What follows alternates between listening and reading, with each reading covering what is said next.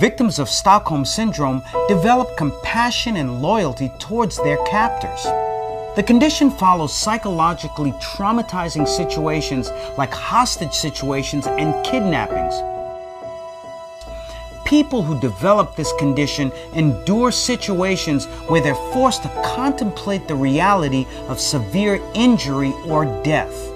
In order for Stockholm Syndrome to develop, a victim must also perceive that her captors have shown occasional kindnesses. Being permitted to eat, not being punished for so-called transgression, and even being allowed to live are all considered benevolent to someone with Stockholm Syndrome. But it has been suggested that a victim believes, perhaps unconsciously, that forming an attachment to her captor maximizes her survival.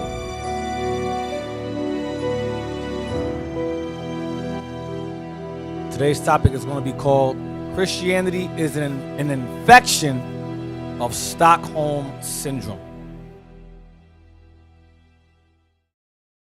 Today's topic is going to be called, I'm trying to figure out, Christianity is an infection of Stockholm Syndrome.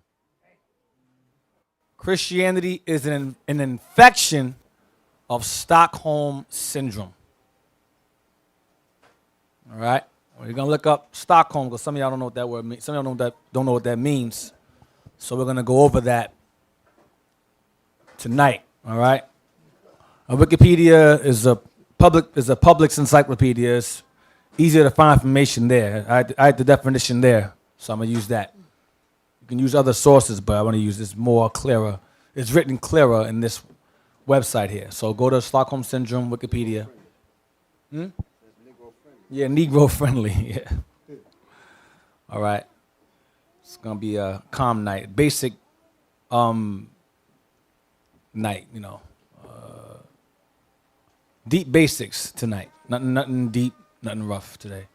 Stockholm Syndrome, or capture bonding, is a psychological phenomenon first described in 1973 in which hostages expressed empathy and sympathy and have positive feelings toward their captors, sometimes to the point of defending and identifying with the captors. That's a sickness in itself. Go down. These feelings are generally considered irrational in light of the danger or risk endured by the victims, who essentially mistake a lack of abuse from their captors for an act of kindness. That's the condition of our people today. That's the condition of our people today, where Esau gives us certain rights or privileges, and we take that as an act of kindness. It's Stockholm Syndrome. They call us nigger. They put us in the worst conditions possible, feed us the worst foods, give us satanic holidays, and we call it a kindness. Give us a day off to celebrate the devil, and we call that a kindness. That's a form of Stockholm Syndrome. Let's jump down a little bit more. Go down further. Go back up. Go back up. Right there. It says, let me get to the point. It said, I'll read it. Stockholm Syndrome can be seen as a form of traumatic bonding, which does not necessarily require a hostage scenario, but which describes strong emotional ties that develop between the two persons, where one person intermittently harasses, beats, threatens, abuses, or intimidates the other. So, and our people fall in love with those people that do that. Traumatic bonding. One commonly used hypothesis to explain the effect of Stockholm Syndrome is based on Freudian theory. It suggests that the bonding is the individual's response to trauma in becoming a victim. So what we do is we take the violence and the evil perpetrated against us and try to reason and make it irrational in our minds and to deal with it. That's what we do. We create our own excuses for it. That's what we do. It says, you probably want to hear it. It says, identifying with the aggressor is one way that the ego or the mind defends itself. When a victim believes the same values as the aggressor, they cease to be perceived as a threat. So when you share the same beliefs as your aggressor or oppressor, they cease from being a threat to you. That's what Christianity was made for. That is Christianity right there. You want to say something, Deacon Alsop? That's what Christianity is. It says, when a victim believes the same values as the aggressor, or you can replace that with oppressor, they cease to be perceived as a threat. You no longer see them as your enemy. You see them as your God. You see them as your prophets. You see them as your brother. You see them as your sister, as your friend, as your role models, as your superhero. That's what you see them as. When you fall into Christianity. Christianity was made specifically to keep Negroes in a docile and complacent, happy state of mind while they are aggressively abused, intimidated, murdered, hung. That keeps them in line. Those of you who've seen the movie Nat Turner can understand what I'm talking about. Because Nat Turner was raised by his oppressor to learn the Bible. And when you watch it, I'll just give you a piece. The guy says he can preach well. The guy said, I don't care if he can preach well. I just want him to say what should be said. He didn't care about him preaching well. Just say what needs to be said. I don't care about no nigger preacher. That's what he was saying. So that movie, if y'all ain't see it, I suggest you go see it. I want to see it again. That movie is craziness. It's excellent. All right? It was true. There were certain things that he left out. He couldn't fit it all in there. Lack of funding. You know, Jake, having Stockholm Syndrome, refused to help him. He asked Tyler Perry, Stockholm Syndrome. He asked numerous black actors and directors and many black brothers in status. No. One guy told him there's not enough good white people in the movie. Stockholm Syndrome. One guy said, yo, man, if you do this, it's going to bring you drama. Stockholm Syndrome. All right? So he saw it, being a celebrity, he saw Stockholm Syndrome firsthand. And he said you'd be amazed who I asked. It's on the Breakfast Club. You watch that on YouTube. His interview on the Breakfast Club. He tells you I asked whoever you thought I should ask, he said, I asked them. And they said no. Nate Parker. Nate Parker interviewed the Breakfast Club. Our people are sick, and Christianity is the infection. All right? Yeah. Yeah, when you watch that movie, you learn where the Negro preacher came from. Right. Because it's what basically they're showing you all of the Negro preachers that they have out here, that's the origin of it. When you saw that, that's what I picked up. But as soon as I saw it, I said, this is where I already knew that anyway, but that's it. They show you that, they illustrate that clearly in the movie. Because they were taught, even the brother Nat in the movie, he said that he was told to teach certain parts of the Bible. Yeah. Okay, and that's how the Negro preachers are. You mean to tell me that this Christianity stuff, they don't know about some of the stuff that we reading? Some of y'all are coming here and be like, damn, I never heard that before. And it's right there in the same Bible that they have. But they're told don't touch it. Not like that, but you know what I mean. Go ahead. When you watch it, if you look at his fingers, most of his precepts is in the New Testament. Like the Bibles, you know how the Bibles turn a certain way? Like this is the Old Testament right here. You'll see most of the pages on this side, the old, because he's mostly in the new when you watch it. Then he started fighting back. He went to them Old Testament. He said, okay, Joshua, Samuel. He said, for every scripture that they use to justify our oppression, we find one that justifies our freedom. I'm not going to give you all spoilers. I got to watch that thing, man. I'm getting chills just talking about it. Getting spirits. I'm getting angry just thinking about the movie.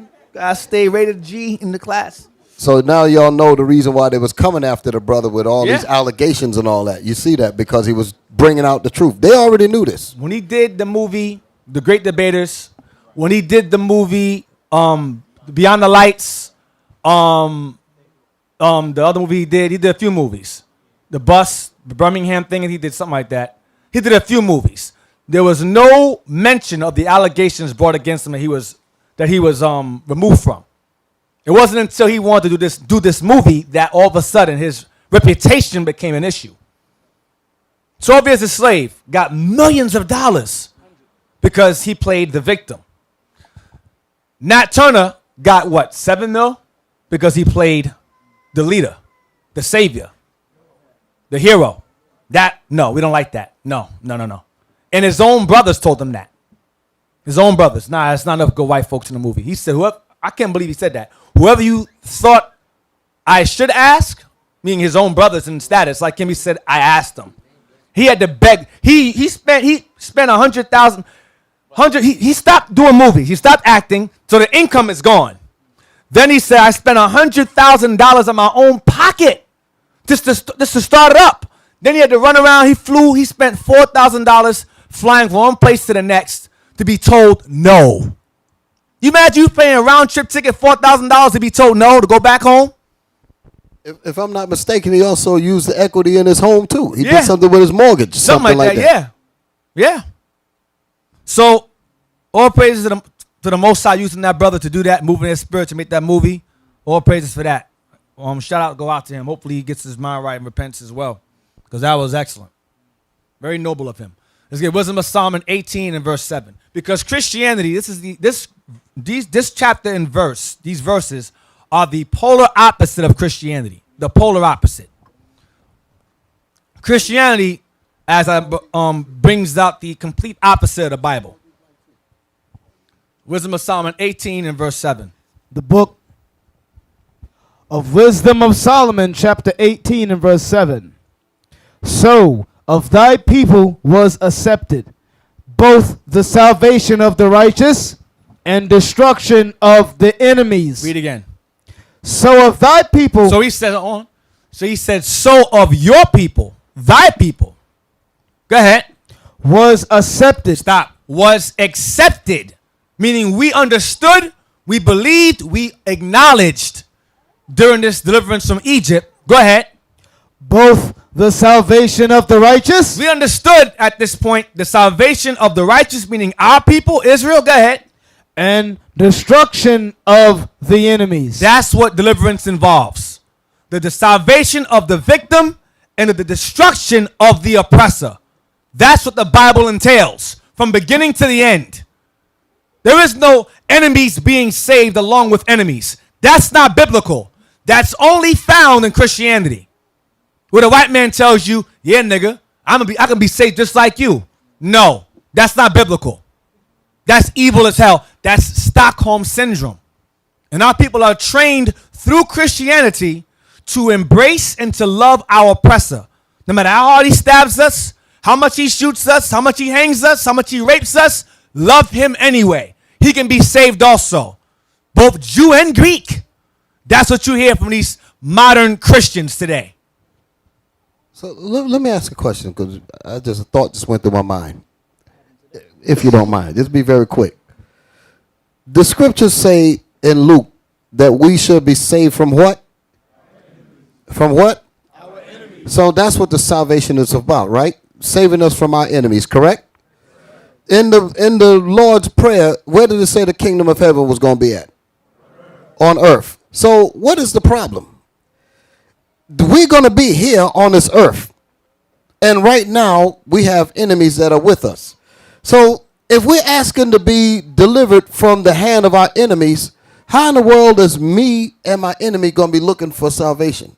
Standing beside each other. And I'm trying to get away from him. And we both talk about getting salvation. That makes no sense. And to come back on this earth and he be here again with us. What kind of salvation is that?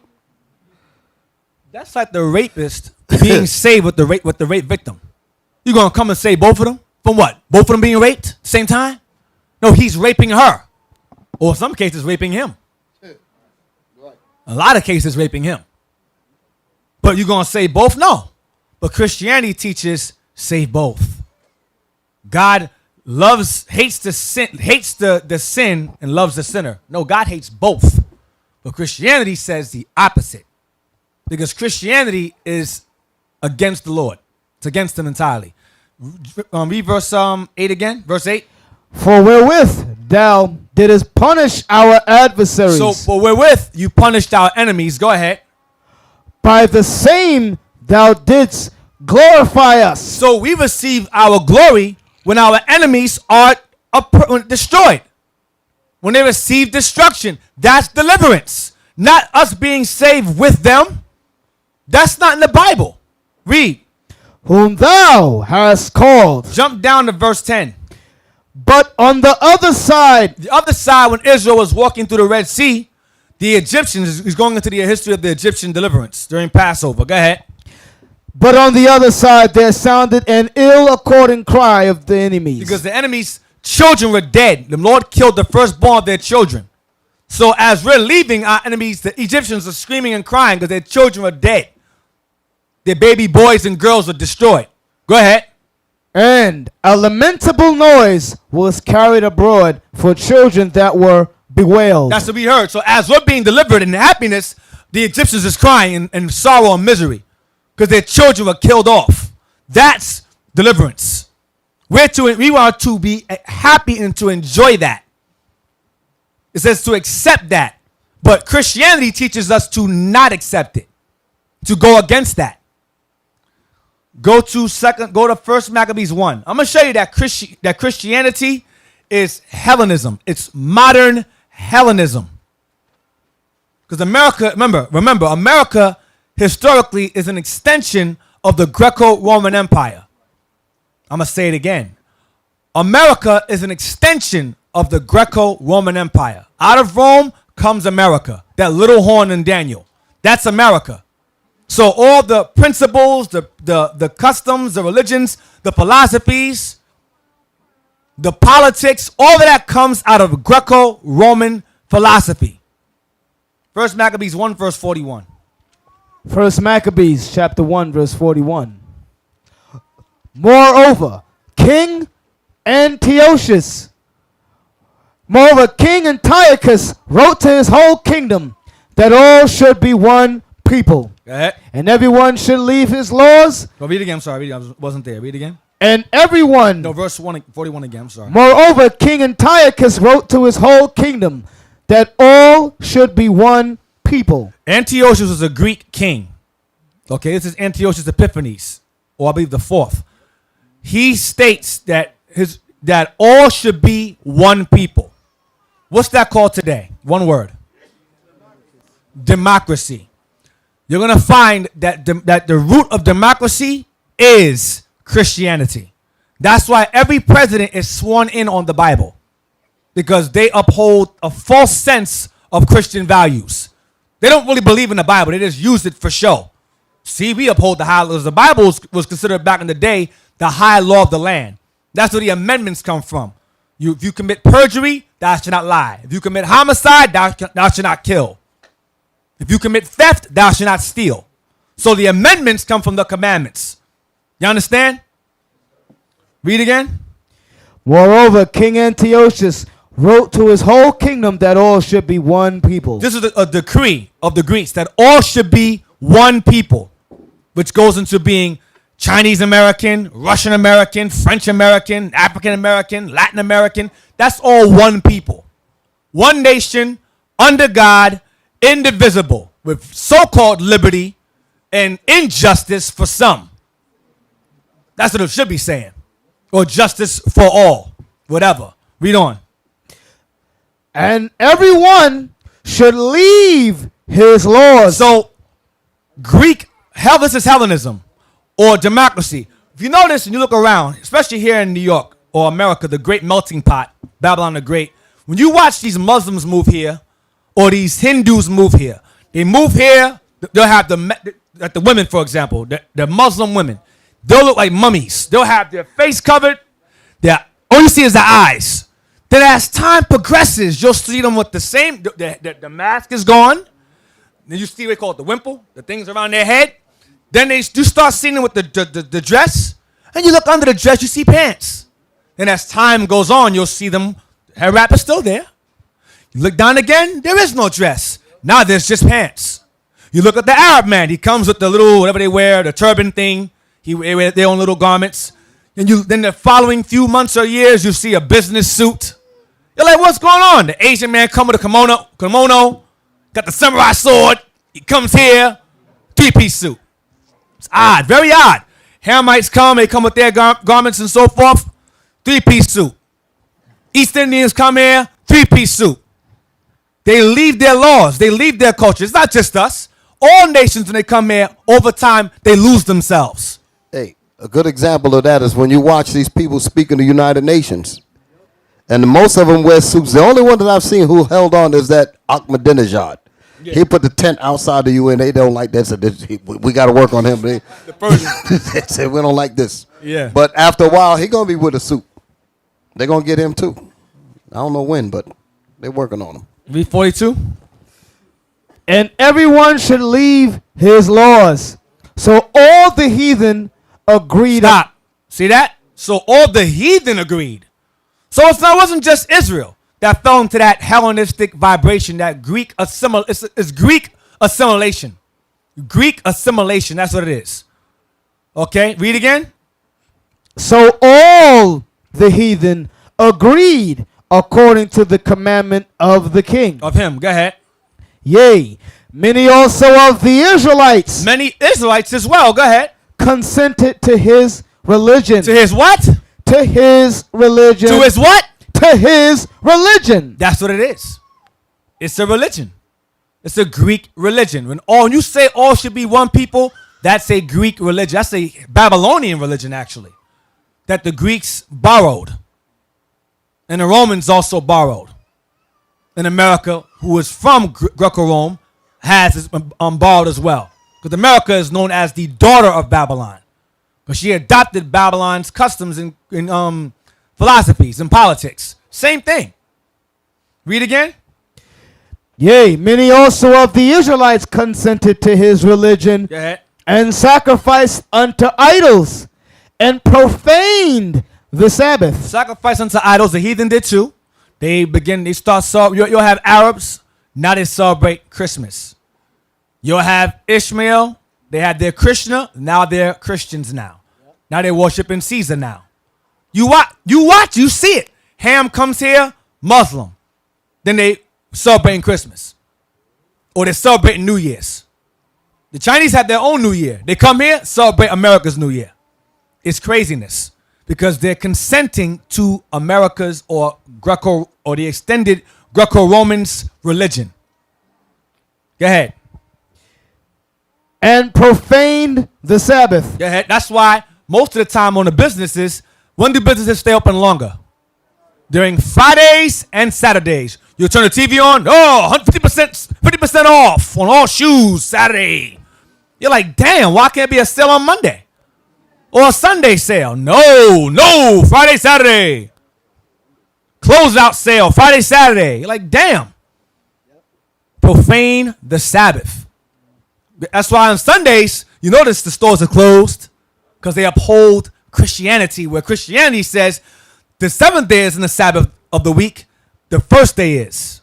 Esau's the adverse opposite. So they cause us, whether directly or indirectly, to profane the Sabbath day. Go ahead. For the king had sent letters by messengers unto Jerusalem and the cities of Judah, that they should follow the strange laws of the land. They're strange because God didn't give that to us. God didn't give us a law that says all should be one people. So that to us, that's strange. Go ahead. And forbid burnt offerings and sacrifice and drink offerings in the temple, and that they should profane the Sabbaths and festival days. Should profane the Sabbath. That's why many of us in here have a hard time being able to keep every feast day. They say, you can't take that day off. I'll give you the Sabbath. That's it. You ain't getting no Passover off. You ain't getting no Hanukkah off. You ain't getting no Tabernacles off. Now, if your last name is Cohen, or if your last name is Schreiner or whatever, them German last names, or Steinberg or Bruckheimer, you'll get it. Your last name is Jenkins or Kuhn, nigga. No, you ain't. No. You ain't. No. You go back to work, sir. No, you ain't getting that day. That's how they force us to profane even our own festival days. We strive even to get those. We're lucky if we get the. We're blessed if we get the Sabbath. Go ahead. And forbid burnt offerings and sacrifice and drink offerings in the temple, and that they should profane the Sabbaths and festival days, and pollute the sanctuary and holy people. So this religion of the Greeks was to profane God's holy people, because the heathen who consented to it were already profaned them alone. But this law that Antiochus or Antiochus established was specifically aimed at profaning God's holy people. And Christianity is the same thing. All nations, Christianity is the number one religion on the earth. Islam is second place. But both target destroying our people. Both of them. Because if you notice, you go back in time, both religions were involved in our enslavement. What are the odds of that? Y'all worship different gods, but both of y'all agreed to sell us in slavery. Where's the nobility in that? What was Allah when that took place? Did Allah don't see that as being wrong? You killing a brother in front of his children and taking his wife and putting her into a harem? That Allah didn't see nothing wrong with that? That Pokemon didn't see anything wrong with that? No, he didn't see nothing wrong with that because he don't exist. That's why. Read on. Set up altars and groves and chapels of idols. Churches. Go ahead. And sacrifice swine's flesh. That's the cheapest meat. Our people who are in poverty, that meat comes cheap for them. Especially during food stamps, you're going to get a lot of that in your house. They supply that well in a black and Hispanic household. Spam.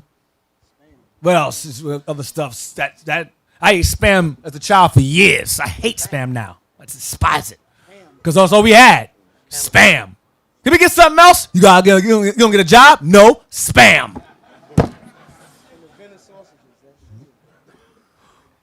Go ahead. Swine's flesh. And sacrifice swine's flesh and unclean beasts. Chitlins. Shrimp. Clam. Catfish. Hog mugs. Y'all know that. Y'all know that in the black and Hispanic household. Go ahead. That they should also leave their children uncircumcised. They're attempting to make it illegal to circumcise children by labeling it child abuse. The only reason why they are having a hard time establishing that is because, as you know, Steinberg, Bruckheimer, and them, they do that. And they run things, so they can't pass that law. The Most High got it where they can't affect their own. We can't affect them. We can't make our own do it, so we ain't going to force the Negroes to do it either. They want to get rid of welfare. They can't. Why? Because most of the Bruckheimers and the Lucases and all of them are on that, or most of them is on that. So they can't get rid of that either. Most High's a genius. Got a trick bag with that one. Go ahead. That they should also leave their children uncircumcised and make their souls abominable with all manner of uncleanness and profanation. So making our souls abominable. Why? So our God can't defend us. So we can remain slaves here. Keep them profane. I can't say them like that. I can't deliver them like that. They got to stay slaves. So in the nations, they know this. So keep them profane. Keep them uncircumcised, unclean. Go ahead. To the end. Watch this. This is the conclusion of the whole religion of democracy, of Christianity, of Greek assimilation. Go ahead. To the end, they might forget the law and change all the ordinances. To the end, we might what? Forget the law. The law tells us what? Who we are, where we come from. Forget the Bible. That's the conclusion of the whole Greek assimilation matter. To cause Israel to forget the law. That's why you hear Negroes say today the law is what? Done away with. That way you stay what? Unclean and in your profanation. You can whore around, sleep around, get high, get drunk, sell drugs, go to the club, celebrate every holiday under the sun that you don't understand. So your God can't defend you. That's the whole purpose of Christianity. They're reading Christianity right here. Can I read? Yeah. I want to read something that, because the class that I had earlier, this should have been added to the scripture that we was reading. Proverbs 12 and 26. This is going along with what we just read here in the 49th verse. The book of Proverbs, chapter 12, verse 26.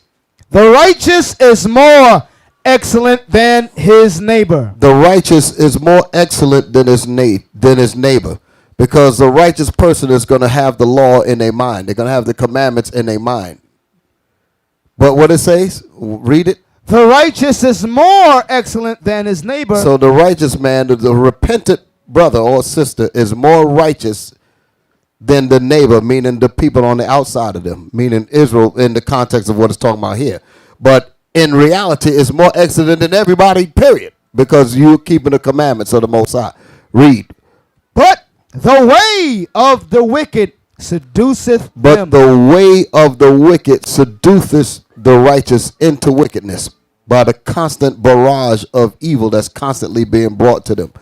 Corinthians 15 and 33. The book of 1 Corinthians chapter 15, verse 33.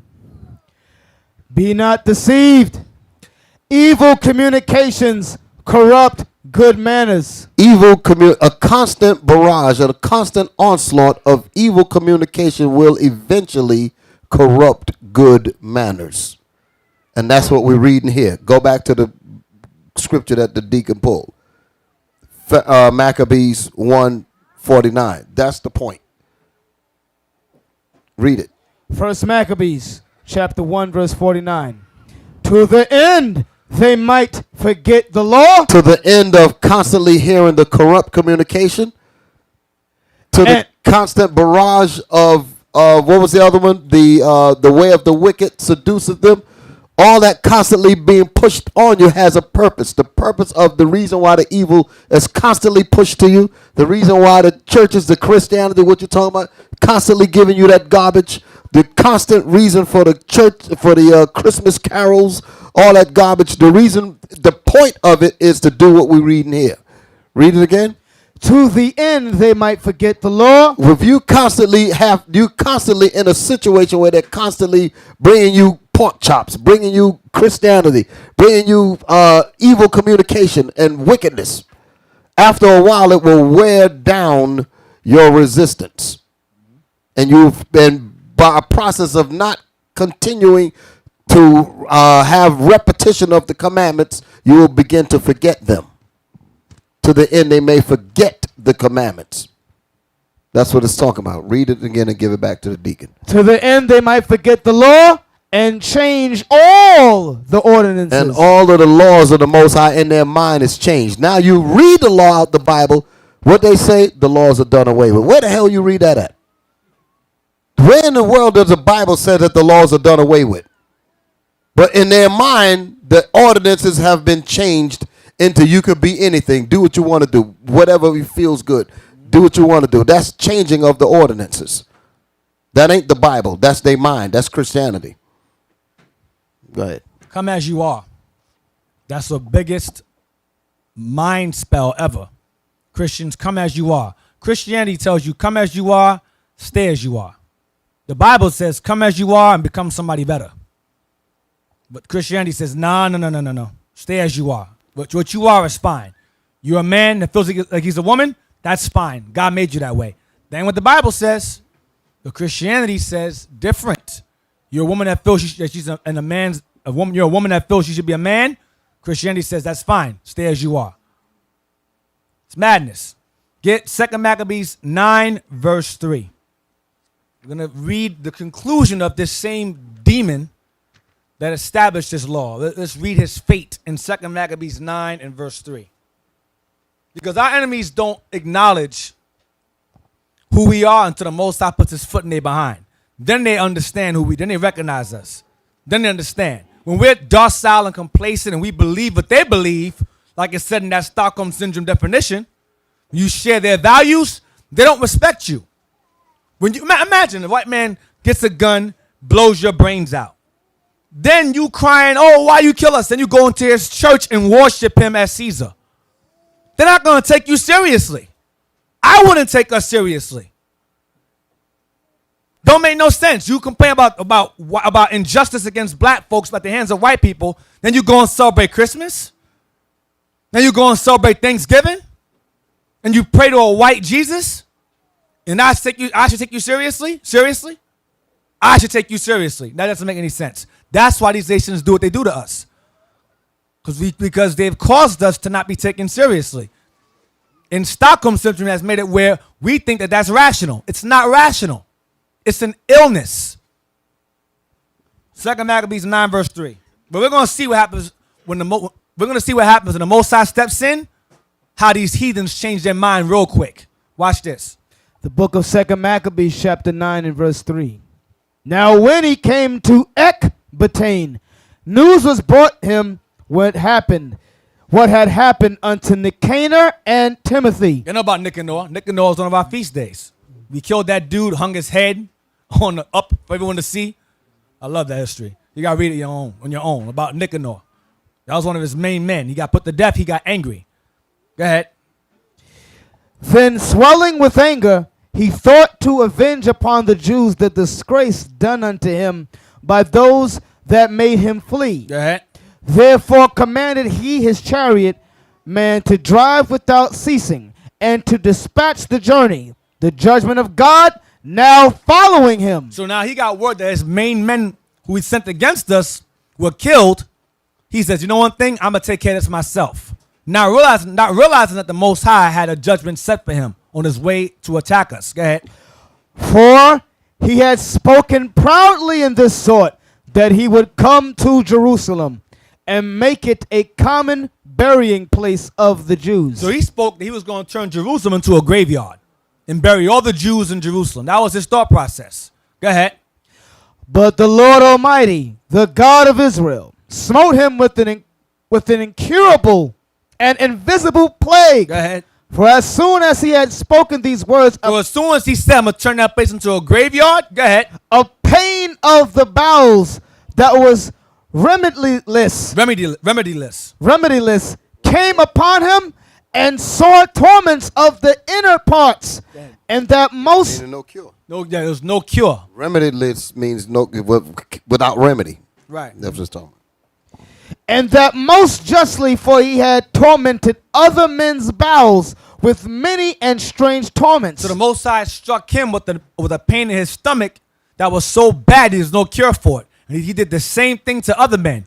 He would disembowel people. So it says unjustly, because he was doing the same thing he did to people's bowels, the Lord did to his bowels. Go ahead.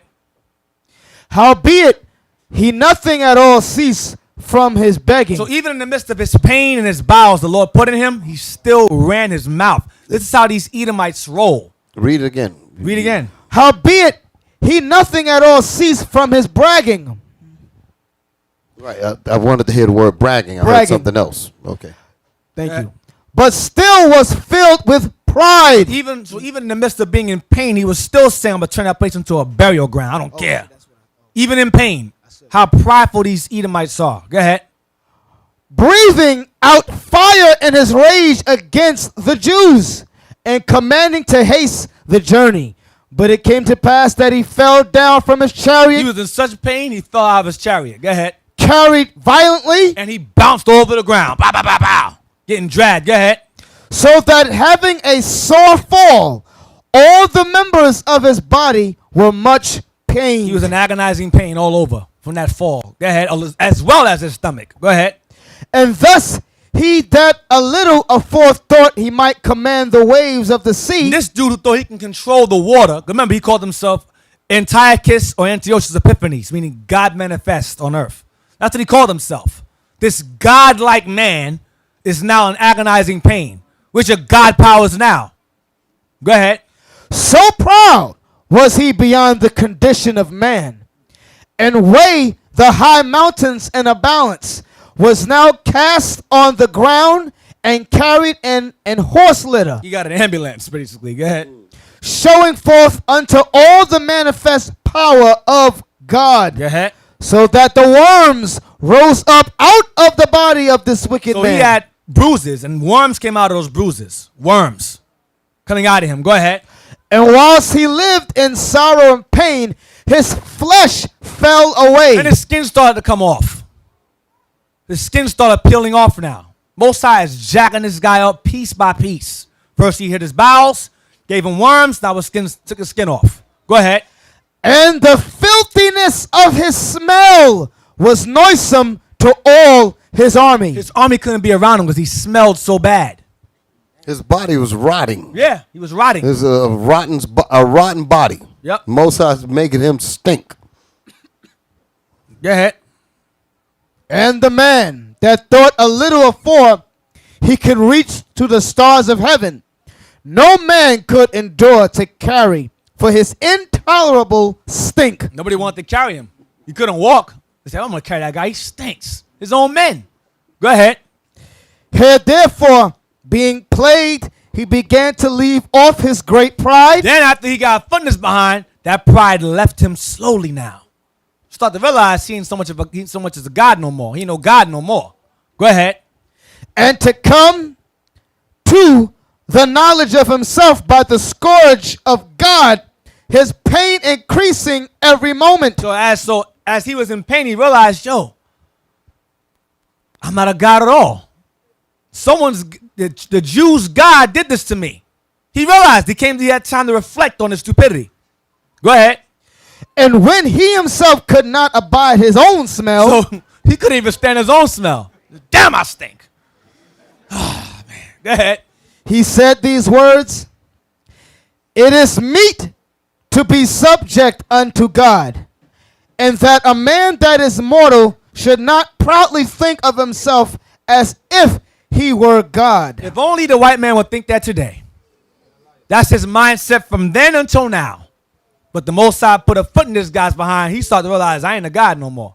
And I shouldn't speak like I'm one. Go ahead. This wicked person vowed also unto the Lord, who now no more would have mercy upon him, saying thus. Whoa, stop. Don't read by that fast. Read it again. This wicked person vowed also unto the Lord. So now Antiochus wants to convert now. Now he wants to teach the laws of God all of a sudden, while he's in agonizing pain and diseased. Go ahead.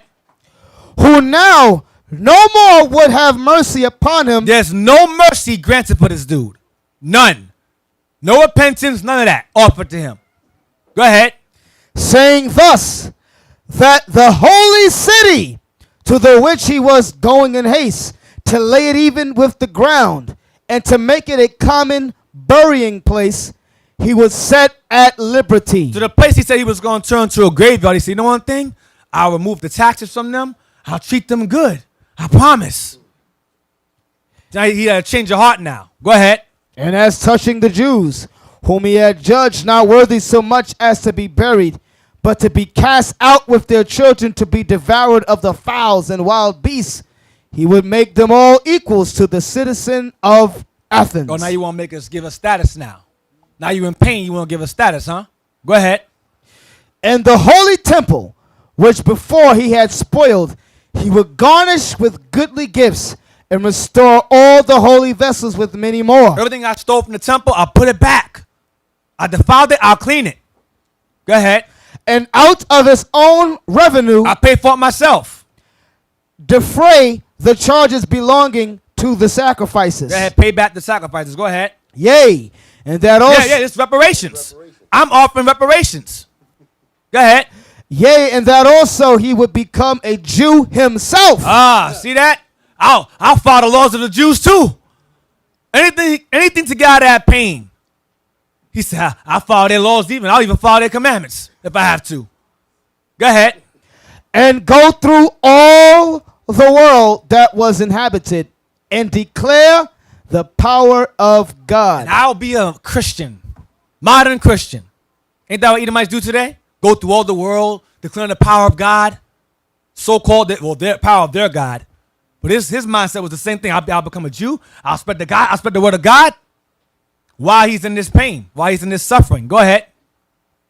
But for all this, his pains would not cease. Osai was like, no, you're going to keep suffering. Go ahead.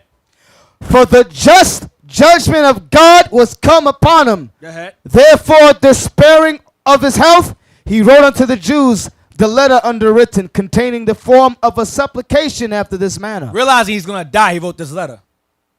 Antiochus, king and governor, to the good Jews, his citizens. See that? To the good Jews. Now he's flattering us now. To the good Negroes over there in Jerusalem. See, that's what happens when you get beat up the right way. Okay, when you get beat up the right way, all of a sudden you come to your senses. You know you weren't that bad after all. Yeah. Huh? You ever had a fight with somebody that whooped the hell out of them? They get plenty of sense after that. They're in good spirits after that. They're your friends after that. Huh? Y'all know nothing about that. Y'all never put the beats on anybody? Huh? Go ahead. Go ahead. And Antiochus, king and governor, to the good Jews, his citizens, wisheth much joy health and prosperity. Oh, he wishes us much joy, health, and prosperity now. Go ahead. He wished us death before. Now it's joy and prosperity now. Go ahead. If ye and your children fare well, and your affairs be to your contentment, I give very great thanks to God, having my hope in heaven. Go ahead. As for me, I was weak, or else I would have remembered kindly your honor and goodwill. Returning out of Persia, and being taken with a grievous disease, I thought it necessary to care for the common safety of all. Oh, now the city won't be democratic now. I care for all people now. Go ahead. Not distrusting mine health, but having great hope to escape this sickness. So his whole purpose was to talk those fancy words to get out of that ailment the Most High put on him. He was he was lying. He ain't going to do nothing. He wanted to get out of that sickness. Go ahead. But considering that even my father, at what time he led an army into the high countries, appointed a successor, to the end that if anything fell out contrary to expectation, or if any tidings were brought that were grievous, they of the land, knowing to whom the state was left, might not be troubled. Blah, blah, blah. Go to 50:28. Care about these words. Verse 28. Verse 28. Oh, wait a second. You the point that you made about he did all of this to get out of the sickness? Yeah. Most Negroes in Christianity, Yes. they think the same way. Yep. They don't realize that the only reason why he would be quote unquote nice to you is because that judgment got on his behind, and they will forget his original intent was to destroy you. Mm-hmm. Y'all see that? So whenever they talk like what we're reading here, he did all of this for one purpose, to get out of the sickness. Mm-hmm. So where should your mind be? You hope that he die. They say, well, yeah, Lord, you know what? Take the sickness from him because he said he's sorry. No, you don't take the sickness from him, because if he took it from him, he'd go right back to bringing you down again. That's what Christianity teaches us, that sickness. And this is the practice of Christianity right here. Verse 28. Verse 28. Thus the murderer and blasphemer, having suffered most grievously, as he entreated other men, so died he a miserable death in a strange country in the mountains. Good riddance. That was justice. That's justice right there. That was justice, but the Christians don't think so. They would say the Lord shouldn't have done that. The Lord should have forgave him and let him off the hook. He would have never came to that, what he was saying, had the Most High not put his foot up his behind. So it was just for him to die. Just like it's just for your enemy to die. Yep. What the wisdom of Solomon 18 and verse 13. I missed this one, but it goes right along with Maccabees. Wisdom of Solomon 18 verse 13. We read earlier verses 7 and 8. We're going to read verse 13.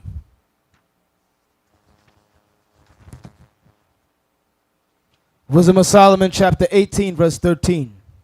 For whereas they will not believe anything by reason of the enchantments. The Egyptians didn't believe Moses and Aaron because they had witches that did the same exact thing. So they didn't believe in the miracles of Moses and them. But watch this. Upon the destruction of the firstborn. When they lost their firstborn, go ahead. When things got real, go ahead. They acknowledged this people to be the sons of God. Just like Antiochus. You're the sons of God. Health and prosperity be to you. When the Lord steps in, now we're the sons of God now, right? When we're unclean and profane, yeah, let's hang them, let's murder them, let's kill them. See the difference? You know what's beautiful about the Lord's judgment? He takes you through the baby steps first. He saves the one that's going to get you last. He destroy your economy, destroy your world, destroy this, destroy that, and you still being boastful. I'm going to fight, I'm going to fight, I'm going to fight. Just like Pharaoh did. The Most High hardened his heart all the way to the end. So when he killed his son, the other's damage has already been done. That's a good way to tear behind up. Yep. You go through the whole thing and save the best for last. Cut his head off. Boom. Go ahead. So now you have this new breed of people in Christianity that are trying to come at Israelites now. I'm not going to say give them a name because Captain Zephaniah told me to keep it quiet. So I'll be nice. You have a certain group of modern Christians who are trying to, I guess, make a name for themselves by coming at us, make themselves seem like the tough Christians, and they're going to come at us and challenge us. And one of the biggest things that they do is they defend Esau. What do I mean? If you notice, a lot of the arguments from Israelites alike and Christians, modern and Christianity alike, is they will find a way to make Esau not the so-called white man. They won't argue who Moab is. They will not argue who Ammon is. They won't really argue who Ishmael is, Ham, Japheth. They don't argue that. Their main focus is Esau is not the white man.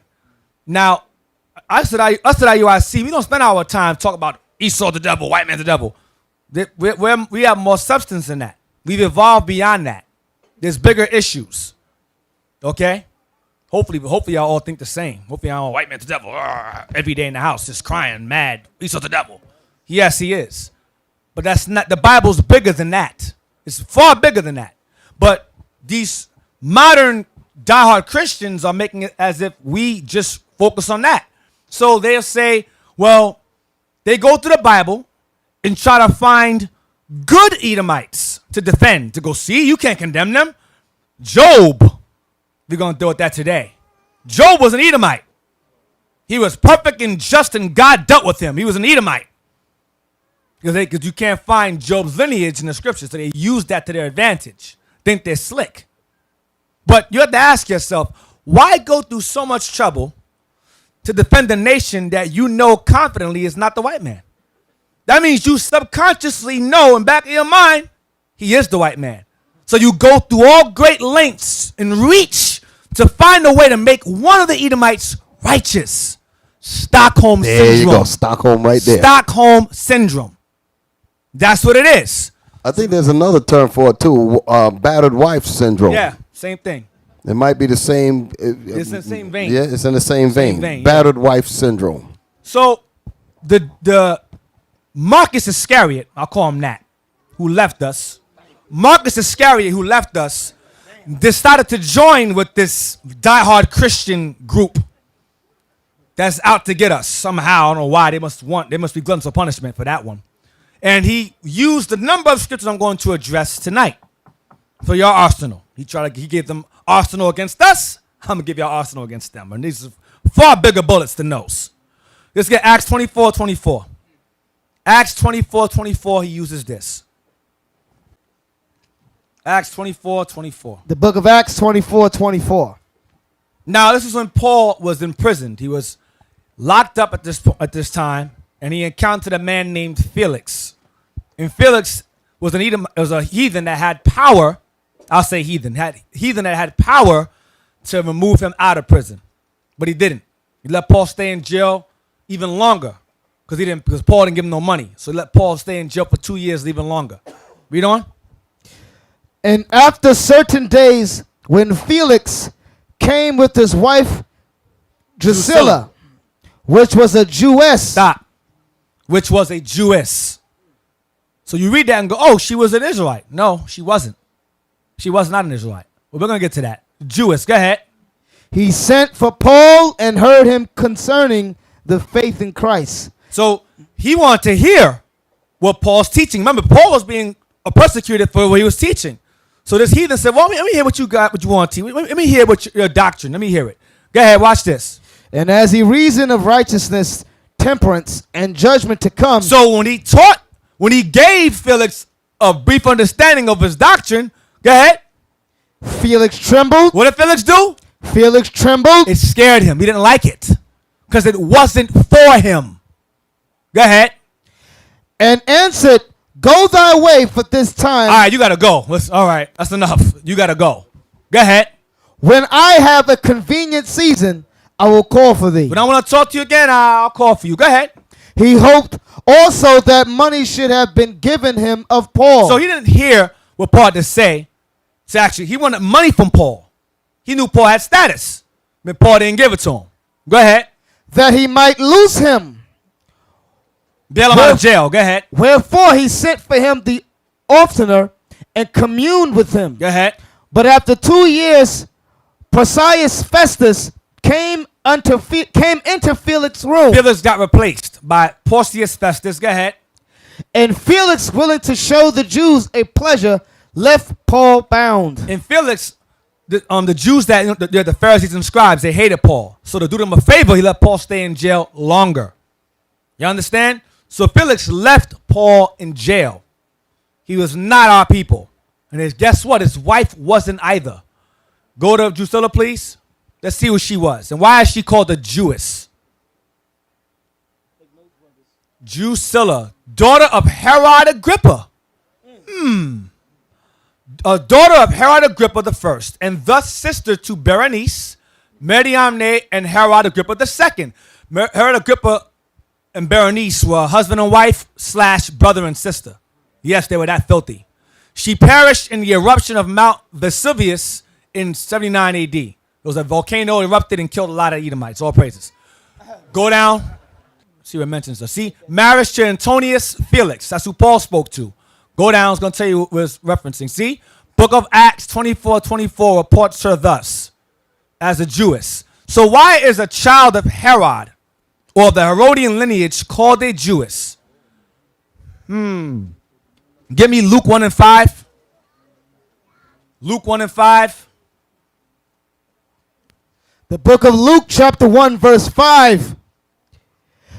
There was in the days of Herod, the king of Judea. Judea is the Latinized term for Judah. Can a heathen be a king of Judah? What nationality could you be to be a king of Judah? You must be a Jew. An Israelite, period. So how did a Herod, a known Idumean, Edomite, become a king of the Jews? Because he was a convert. When you go into the history of John Hyrcanus, he conquered a sect of Edomites. Jerusalem began to expand at some point in history. It began to expand. During the Hasmonean family, that's Judas Maccabees, Simon. Simon had a son named John. That's John Hyrcanus. Under his rule, Jerusalem began to expand and take over lands. A land belonging to Edom. He said, listen, you guys either get killed out or you convert and let us take over. This sect of Edomites chose to convert. Okay? And that sect of Jews that converted, out of them came a man named Antipater. Antipater is the father of the Herodian line, the Herods, or so-called. Herod comes from the word hero. These guys are far from heroes. That's where the word comes from. All right? So Herods come from a man named Antipater, who was John Hyrcanus' councilman, who eventually underhandedly had his sons take over the rulership of Jerusalem, and they became king of Judea. Y'all understand? And they're recorded in the history books as Idumeans. Right, Idumeans. Straight up. Man, let's get it. Get the Bible dictionary real quick. Let's read it real fast. I'd have known you would have gone in. I would have brought that book in. So how in the hell did an Idumean become a king of Judah? King of Judea? Or a king of the Jews? Because they were converts.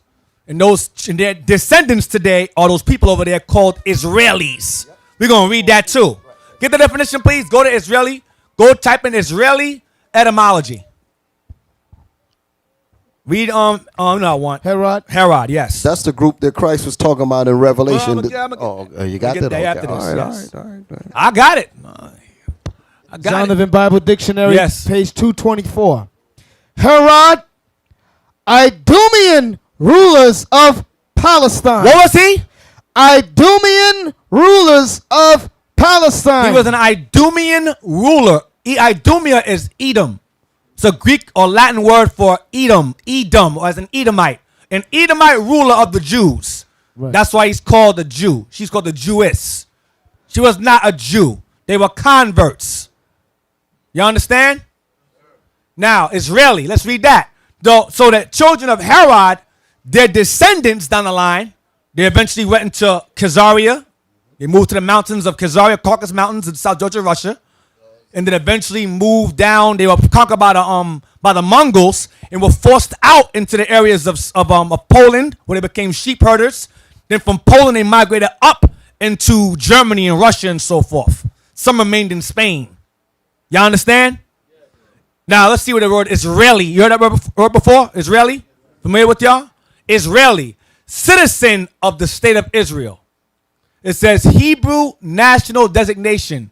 It says it distinguishes the citizens of the modern state from the ancient people who had been known in English since 14th century as Israelites.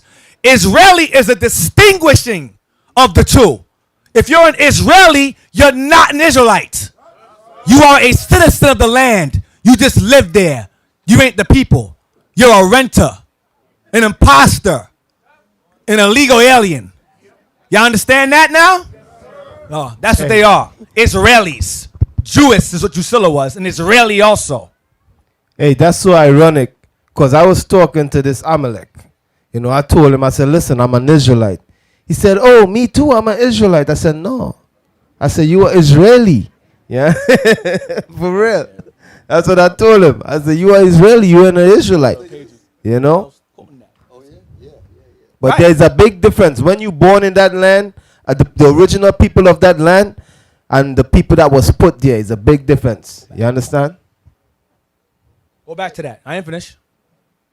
I want you to read what it says here. It says, citizen of the state of Israel. What year was that word established? 1948. When was the land established? 1948. Israel was established 1948. They made that word up. That's a new word, Israeli. That's nowhere in the Bible. They call themselves that because they know they're not the children of Israel. They're just citizens of the land. They play semantics with you. I'm an Israeli. I'm Jewish. They play semantics. You understand? So, now let's go to Revelations 2:9. Let's see why she's called the Jewess. And why Herod was called the king of Judea or the king of Judah. Revelations 2:9. The book of Revelation, chapter 2, verse 9. I know thy works and tribulation and poverty, but thou art rich. And I know the blasphemy of them. Know the what? The blasphemy of them. The blasphemy, meaning the filthy lie of them. Which say they are Jews. Herod, which will be Drusilla as well. She's in that same lineage. Drusilla, go ahead. And are not. And are not, go ahead. But are the synagogue of Satan. But are the devil the Bible speaks of. Go to 3 and 9. Revelation 3 verse 9. Behold, I will make them of the synagogue of Satan, which say they are Jews and are not, Like Deacon Malachi said earlier, which say they are Jews and are not. Go ahead. but do lie. They're lying about saying that they're Jews because they're not the Jews. Go ahead. Behold, I will make them to come and worship before thy feet, and to know that I have loved thee. I hear Christians say this talking about wicked Israelites. Really? Get Acts 13 verse 6. Precept for that. Let's see if this is talking about wicked Israelites. He's going to have wicked Israelites bow before our feet? No, they're going to be dead. They're not bound before anything. They're going to get nuked. Acts 13 verse 6. The book of Acts chapter 13 verse 6. And when they had gone through the isle unto Paphos, they found a certain sorcerer, a false prophet, a Jew. A Jew. A false prophet, a Jew. Go ahead. Whose name was Bar Jesus, Son of Jesus. Go ahead. which was with the deputy of the country, Sergius Paulus, and a prudent man who called for Barnabas and Saul, and desired to hear the word of God. So this guy named Bar Jesus was close to the deputy of the land who wanted to hear the word of God, who was also a Jew. Go ahead. But Eliamus, the sorcerer, That's his name. Elamias is the same guy. Go ahead. for so is his name by interpretation, withstood them, He stopped them from trying to teach this brother, the deputy. Go ahead. seeking to turn away the deputy from the He faith. was a scorner, a scoffer. Go ahead.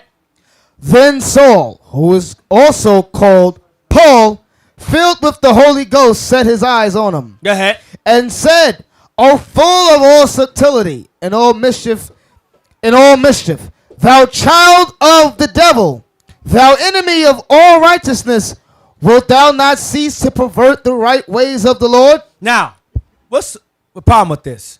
Verse 6, he says he was a Jew. Verse 10 says the child of the devil. Paul didn't say to his brother, you're not a Jew. He was a Jew and a devil. Revelation says that they are not Jews and they're devils. That's the difference. This guy was a Jew and called the devil. Revelations 2 and 9, it's not talking about Israelites. It's referring to false Jews. Because you can be a Jew and still be a devil. That don't change your nationality. You're just a wicked Israelite. Like Christ told Peter, get behind me, Satan. Like Christ told him in John, you are your father the devil. But they were still Jews. So he wasn't referring to them. He was referring to the false ones of his time. The Agrippas, the Herods. He's referring to them. You understand? So regardless of being Satan, you're still a Jew. If you're wicked and you're an Israelite. But he says to those who say they are Jews and lie, they blaspheme by saying that. You understand? So Revelation 2 and 9 is not talking about Israelites being wicked. Because we're reading here, this guy was called a Jew and a devil. 2 and 9, Revelation 2 and 9 says they are not Jews and devils. Now, let's get Genesis 25, verse 20. So again, you have these modern Christians trying their hardest to defend Esau by using books outside the Bible to justify their emotions. You said 25? Yep, you know I want. Genesis 25 and 20. Oh. Yeah. And Isaac was 40 years old when he took Rebekah to wife, the daughter of Bethuel, the Syrian of Padan, the sister to Laban, the Syrian. And Isaac entreated the Lord for his wife, because she was barren, and the Lord was entreated of him. And Rebekah his wife conceived, and the children struggled together within her. And she said, if it be so, why am I thus? This blessing is from God. Why am I in such pain? Why are these children fighting in my womb? Because these children were not going to like each other, ever. Go ahead. And she went to inquire of the Lord. Go ahead. And the Lord said unto her, 2 nations are in thy womb, and 2 manner of people shall... Stop. 2 nations are in your womb. 2 different manner of people. Act different, look different. Or fraternal. 2 manner of people. Go ahead. Shall be separated from thy bowels. And when they come out, they will not be close. They'll be separate. In separate nations on top of that. Go ahead. And the one people shall be stronger than the other people. Go ahead. And the elder shall serve the younger. Which is the strongest. Go ahead. And when her days to be delivered were fulfilled, behold, there were twins in her womb. And the first came out red, all over like an hairy garment, and they called his name Esau. The doctrine is this. According to books outside the Bible, Jacob and Esau were identical twins. They looked exactly the same. But that's very odd, because you would think that if both of them look the same, why mention one? Why mention one of them at all? If they both look identical, why mention even the other one? What's the point of that? If both of them look exactly the same, is there a reason to mention one is red and hairy all over if both of them look exactly the same? So obviously one looked odd. This is the first time color is mentioned in the Bible regarding someone's features, physical features. I'm going to say it again. This is the first time someone's physical features are mentioned biblically in Genesis. You understand? Because this child looked odd. He was abnormal from everybody else. Red and hairy. Go ahead. And the first came out red, all over like an hairy garment, and they called his name Esau. Go ahead. Called his name Esau. Now, that's the origin of Esau. That's how he came into the world. Red and hairy. Jacob is not described. Why? Don't call out. Don't call out. Don't call out. Why isn't Jacob described? Or new hand. You. Yes, stand up. Just say your names. Do not say you until... Not you, brother. Behind you. Behind you. Brother behind you. Yes. Azrael. Azrael, okay.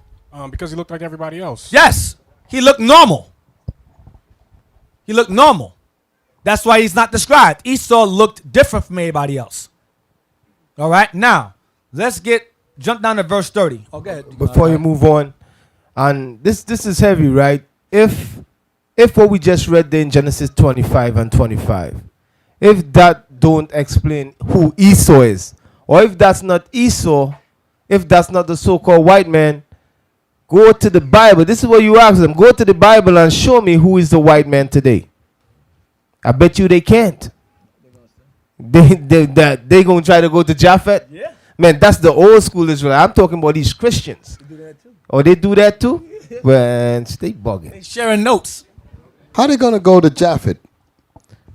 How they gonna run to Japhet? Japhet and his two brothers, who you had Ham, Shem, and Japheth. When they were born, did it mention anything about their color? No. So all the people of Japheth, Ham, and Shem were all black. Yep. Just like you pointed out, the only one that was mentioned concerning color during birth was Esau. Yep. So these Negroes can't run. They're sick selves. Go ahead, man. Stockholm. That's that empathy. I'm a defender condemned nation because I know in back of my subconscious that's the white man. I'm not going to tell you that, but I know for certain that that's the white man. So we'll just find scriptures to defend him and save him and make good ones out of him when there are none that are good of him. Read on, 26. And after that came his brother out, and his hand took hold on Esau's heel. We're going to deal with that later. After that came his brother out, who's not described, by the way, and grabbed on his heel, his red, hairy heel. Go ahead.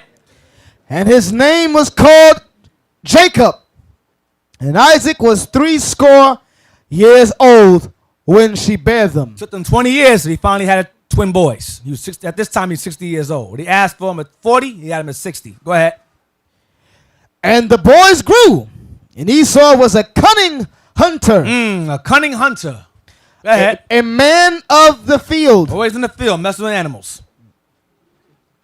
Go ahead. And Jacob was a plain man, Homeboy, chilling in the tents. Go ahead. dwelling in tents. We don't do that. We don't hunt animals. That's not what we do. We don't kill animals to their extinct. We don't hunt people to their extinct. We don't do those things. You reading their characteristics right there. Don't they like to hunt? They go and get deer piss and put out all on them, make them smell like the animals and all that to attract the deers and all that. Yeah. Let me ask you a question. What happened to the killer whale? Is it almost extinct? Is that the hands of black people? What happened to the bald eagle? Is it almost extinct because of us? No. I wonder who's doing that. It damn sure ain't black folks out there hunting. Yo, Tyrone, get that killer whale over there, man. Nah, B, I ain't getting nothing. We don't do that stuff. That's not our manner. Two manner of people. We don't do those things. Look at the great white shark. He's white like me. We don't do that stuff. Going in a cage with a scuba gear, messing with sharks. We don't do those things. They're in the field all the time. They have a show called Something Hunters. Crocodile Hunter. Irwin got stabbed by a damn stingray. You would think he would know it's a stingray. Don't get stung by the stingray. But this is what they do. This is their manner. We don't do things like that. And if there is, show me a nation of dark people that run around doing that. Since Esau is black like everybody else, show me. Show me some black Romans. Because Esau is the forefather of the Roman Empire. That's history. That's clear history. Common knowledge. Esau is the forefather of the Roman Empire. Romans are Italians. Are Italians Negroes? No. Were Italians hanging Negroes from trees? Yes. Did they own Negroes? Did they kill Christ on that cross? Yes. Yes. They became Spaniards. They became your Columbus, your Hernan Cortez. They became your Portuguese. They became your French. These are all Spaniards. Those are not black folks. Read on. And the boys grew, and Esau was a cunning hunter, a man of the field. And Jacob was a plain man dwelling in tents. And Isaac loved Esau because he did eat of his venison. Esau was the lively one. He was the one that brought the meat home. So you respected him more. Go ahead. But Rebekah loved Jacob. Because the Lord spoke to her and told her regarding the two boys, who he was going to deal with. Go ahead. And Jacob sowed pottage, and Esau came from the field, and he was faint. Go ahead. And Esau said to Jacob, feed me, I pray thee, with that same red pottage, Uncooked meat. for I am faint. Therefore was his name called Edom. Because he was the same color as that red meat. So the Lord said, you know what? His name is Edom, like that meat he wants to eat. Edom. Because he remained red in adulthood. He didn't change. He stayed that way, red and hairy. Go ahead. I heard an Edomite read that, and he didn't use the term meat. He said lentils. No. Y'all know what I'm talking about? He used the term lentils. What color lentil beans? That ain't what made it red. If you cook meat, what color does it get? So what color was the meat? Because the lentil beans ain't gonna be red. So what's red? And if the meat is raw, that's the color of it. If it's cooked, it ain't red. So how did this man like his meat? Rare, with the blood running out of it. Yep. He loved it that way. Because he's uncooked too. Read on. And Jacob said, sell me this day thy birthright. And Esau said, behold, I am at the point to die, and what profit shall this birthright do to me? Listen, man, I'm about to die. The hell with that birthright. Give me that food. He didn't care about the Lord's. The birthright represents the Most High's power, protecting you, honoring your lineage, giving you power. The same blessing he gave to Abraham and Isaac will come down to him. He said, I don't want that. The hell with that. I want food. He didn't respect that birthright at all because he was wicked as hell. Read on. And Jacob said, swear to me this day. And he sware unto him. He said, you don't want it? Fine. Give it to me. He said, okay, you can have it. Go ahead. And he sold his birthright unto Jacob. Go ahead. Then Jacob gave Esau bread and pottage of lentils. And he did eat and drink, and rose up and went his way. Thus Esau despised his birthright. So from that day forth, he despised the birthright. He said, the hell with that. I don't want that anyway. So they're saying that Jacob stole it. That's what they say. They say Jacob stole it, but you just read here where it say he sold it.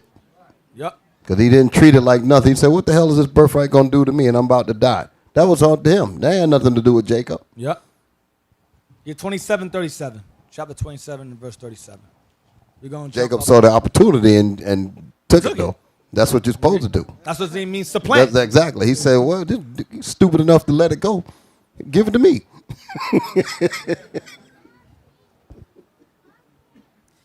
Genesis 27:37. No, verse 36. Watch this. He's going to say it. 36. And he said, is not he rightly named Jacob? For he hath supplanted me these 2 times. Now he's lying. Because the first time he said, I don't want it. The second time, Jacob took that one. Jacob got that blessing from Rebekah. But the first son, Esau sold it to him. So now he's complaining now. He lost both, the blessing and the birthright. Now he's complaining. Go ahead. And he said, is not he rightly named Jacob? For he hath supplanted me these 2 times. So Jacob means to supplant. Go ahead. He took away my birthright. Go ahead. And behold, now he hath taken away my blessing. Based on Rebekah's orders. Go ahead. And he said, And the Most High through Rebekah's orders. Go ahead. hast thou not reserved a blessing for me? Go ahead. And Isaac answered and said unto Esau, behold, I have made him thy lord, and all his brethren have I given to him for servants. And with corn and wine have I sustained him. And what shall I do now unto thee, my son? Go ahead. And Esau said unto his father, hast thou but one blessing, my father? Bless me, even me also, my father. And Esau lifted up his voice and wept. You start crying based on Hebrews 12. Go ahead. And Isaac, his father, answered and said unto him, behold, thy dwelling shall be the fatness of the earth. You shall live in the best places of the earth. Go ahead. And of the dew of heaven from above. Everywhere. The best places of the earth. Go ahead. And by thy sword shalt thou live. You would obtain those things by the sword, by taking it by force. Hold it. Read all that again. Because somebody trying to say this is not talking about the so-called white man. Read those verses again. And Isaac his father answered and said unto him, behold, thy dwelling shall be the fatness. Whose dwelling? Esau's dwelling. The people of Esau, his dwelling, meaning where he would be at.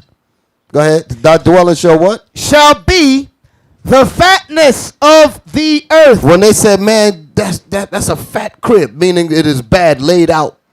That's what it's talking about. So the Most High is using that kind of language here, meaning the best places, like you pointed out earlier. Esau will have the best real estate. Listen to what the scriptures are saying. He's in the best places. He took the best parts of Puerto Rico. He took the best parts of Santo Domingo. Took the best parts of all of the island. Got the people sitting on the ground with nothing. Because he took the best places of everywhere on the earth. Anywhere there's mineral resources, the gold, diamonds, oil, whatever it is, he took it. That's what that's telling you. People stupid when they come to the Bible with their Christianity garbage. Read it. Read it again. Thy dwelling shall be the fatness of the earth. Thy dwelling, your places where you're going to be at is going to be in the best places of the earth. I'm good. Go ahead. And of the dew of heaven. And as the dew of heaven mean they're everywhere. When the dew drop down on the ground, does it cover just a little spot on the ground? It gets all the grass. That's what he's saying about Esau. He's everywhere. In all the best places. Everywhere you go, his red face is there. Read. And of the dew of heaven from above. And by the sword. Now he's telling you how he got these places. How did he get these places? And by the sword shalt thou live. Because he was blessed with the weaponry. That's what that's talking about. So how in the world you're going to say this is not talking about him? Just like Deacon Malachi said, if that's not him, who is he? Who is he? Read all of the clues that we read here. You could take him to court with the scripture here. And they said, no, you the one. Go ahead. Verse 40. And by thy sword shalt thou live. Go ahead. And shalt serve thy brother. And it shall come to pass when thou shalt have the dominion that thou shalt break his yoke from off thy neck. That's under David's lineage. It's under David the kings. Go ahead. And Esau hated Jacob because of the blessing wherewith his father blessed him. Pay attention. Esau hated Jacob now because he blessed him. Go ahead. And Esau said in his heart. What did he speak at? And Esau said in his heart. Esau said in his mind, in his heart, not out loud, but in his heart. Go ahead. The days of mourning for my father are at hand. Then will I slay my brother Jacob. He said on his heart, when my father dies, I'm going to kill that dude. I'm going to kill him. In his heart. Watch this. Read on. Watch this. And these words of Esau, her eldest son, were told to Rebekah. Stop. How could she hear what was in his mind? Who told her what he said in his mind? The Lord told what he said in his mind. The Lord was dealing with her. Read again. And these words of Esau, which were in his heart, in his mind. Go ahead. Her eldest son, were told to Rebekah. How? She wasn't holding her ear to his head. The Lord told her, listen, he's going to kill Jacob. Go ahead, watch. And she sent and called Jacob, her younger son, and said unto him, behold, thy brother Esau, as touching thee, doth comfort himself, purposing to kill thee. So he said, he's going to get comfort killing you. He purposes to comfort himself by killing you.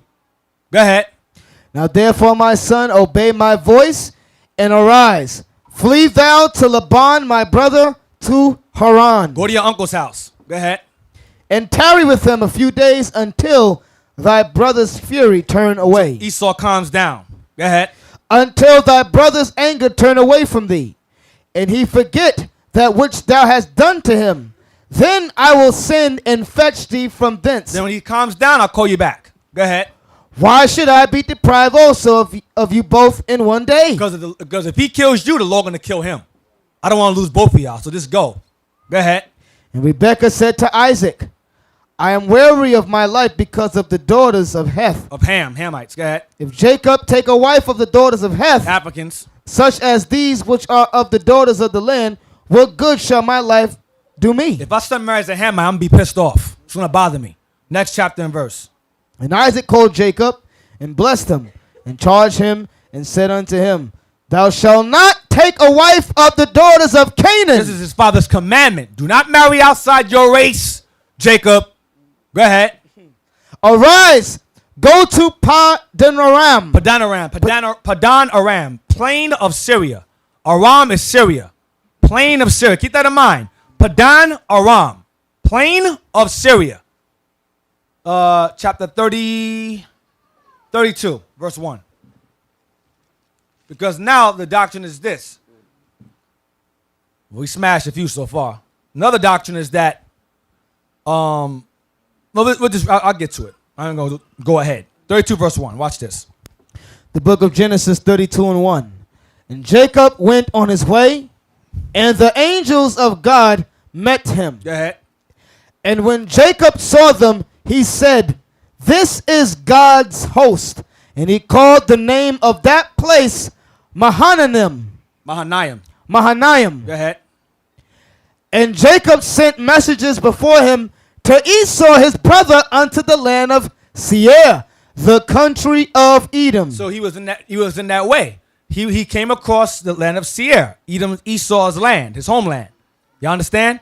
So he sent messengers to go talk to his brother. He sent messengers to go talk to his brother. Y'all follow? Go ahead. And he commanded them, saying, "Thus shall ye speak unto my lord Esau. Thy servant Jacob saith thus, I have sojourned with Laban, and stayed there until now." Now notice he's saying, my lord Esau. Who's lord over who? Based on what we read earlier. Jacob's the lord. Esau's the servant. But Jacob said, nah, tell my lord Esau. Okay? So y'all pay attention. Go ahead. And he commanded them, saying, "Thus shall ye speak unto my lord Esau. Thy servant Jacob saith thus, I have sojourned with Laban, and stayed there until now. Go ahead. And I have oxen and asses, flocks, and men servants, and women servants, and I have sent to tell my lord that I may find grace in thy sight." Go ahead. And the messengers returned to Jacob, saying, "We came to thy brother Esau, and also he cometh to meet thee, and 400 men with him." Esau rolled deep. So Esau came to meet him with 400 men. Go ahead. Then Jacob was greatly afraid and distressed. Stop. We oftentimes read the Bible and think our forefathers are all superheroes. These are regular men. They did miraculous things, but they were men. They had emotions. Jacob was scared. Remember where they left off. His mother sent him away because Esau wanted to kill him. She said, "I'll call you back when he's not mad no more." She never called back for him. You understand? She never said, "Oh, come back. It's okay now." It never happened. So he's like, okay, well, I'm in my brother's land. I got to cross through here. And he's coming with 400 men. He's shook. He's scared now. And Esau was a cunning hunter. Esau wasn't no weak boy. He was tough. Go ahead. Then Jacob was greatly afraid and distressed, and he divided the people that was with him. So he took measures. Cautionary, he took measures. Okay, I'm going to divide the people. Go ahead. And the flocks and herds and the camels into 2 bands. Go ahead. And said, "If Esau come to the one company and smite it, then the other company which is left shall escape." So I'll give us a time to escape. If he comes to attack us, he'll attack that first band. We'll be in the second. We can escape. That'll buy us some time because he's afraid of him. Go ahead. And Jacob said, "O God of my father Abraham, and God of my father Isaac, the Lord would said unto me, Return into thy country and to thy kindred, and I will deal well with thee. I am not worthy of the least of all the mercies and of all the truth, which thou hast showed unto thy servant. For with my staff I passed over this Jordan, and now I am become 2 bands." I came in by myself. Now I'm a multitude. Now there's more of me. Go ahead. His wife and kids and so forth. Go ahead. He gained wealth. He crossed Jordan alone, came back with a multitude. Go ahead. "Deliver me, I pray thee, from the hand of my brother, from the hand of Esau, for I fear him. So yeah, he's saying it. For I fear him. Go ahead. Lest he will come and smite me and the mother with the children. And kill my family. Go ahead.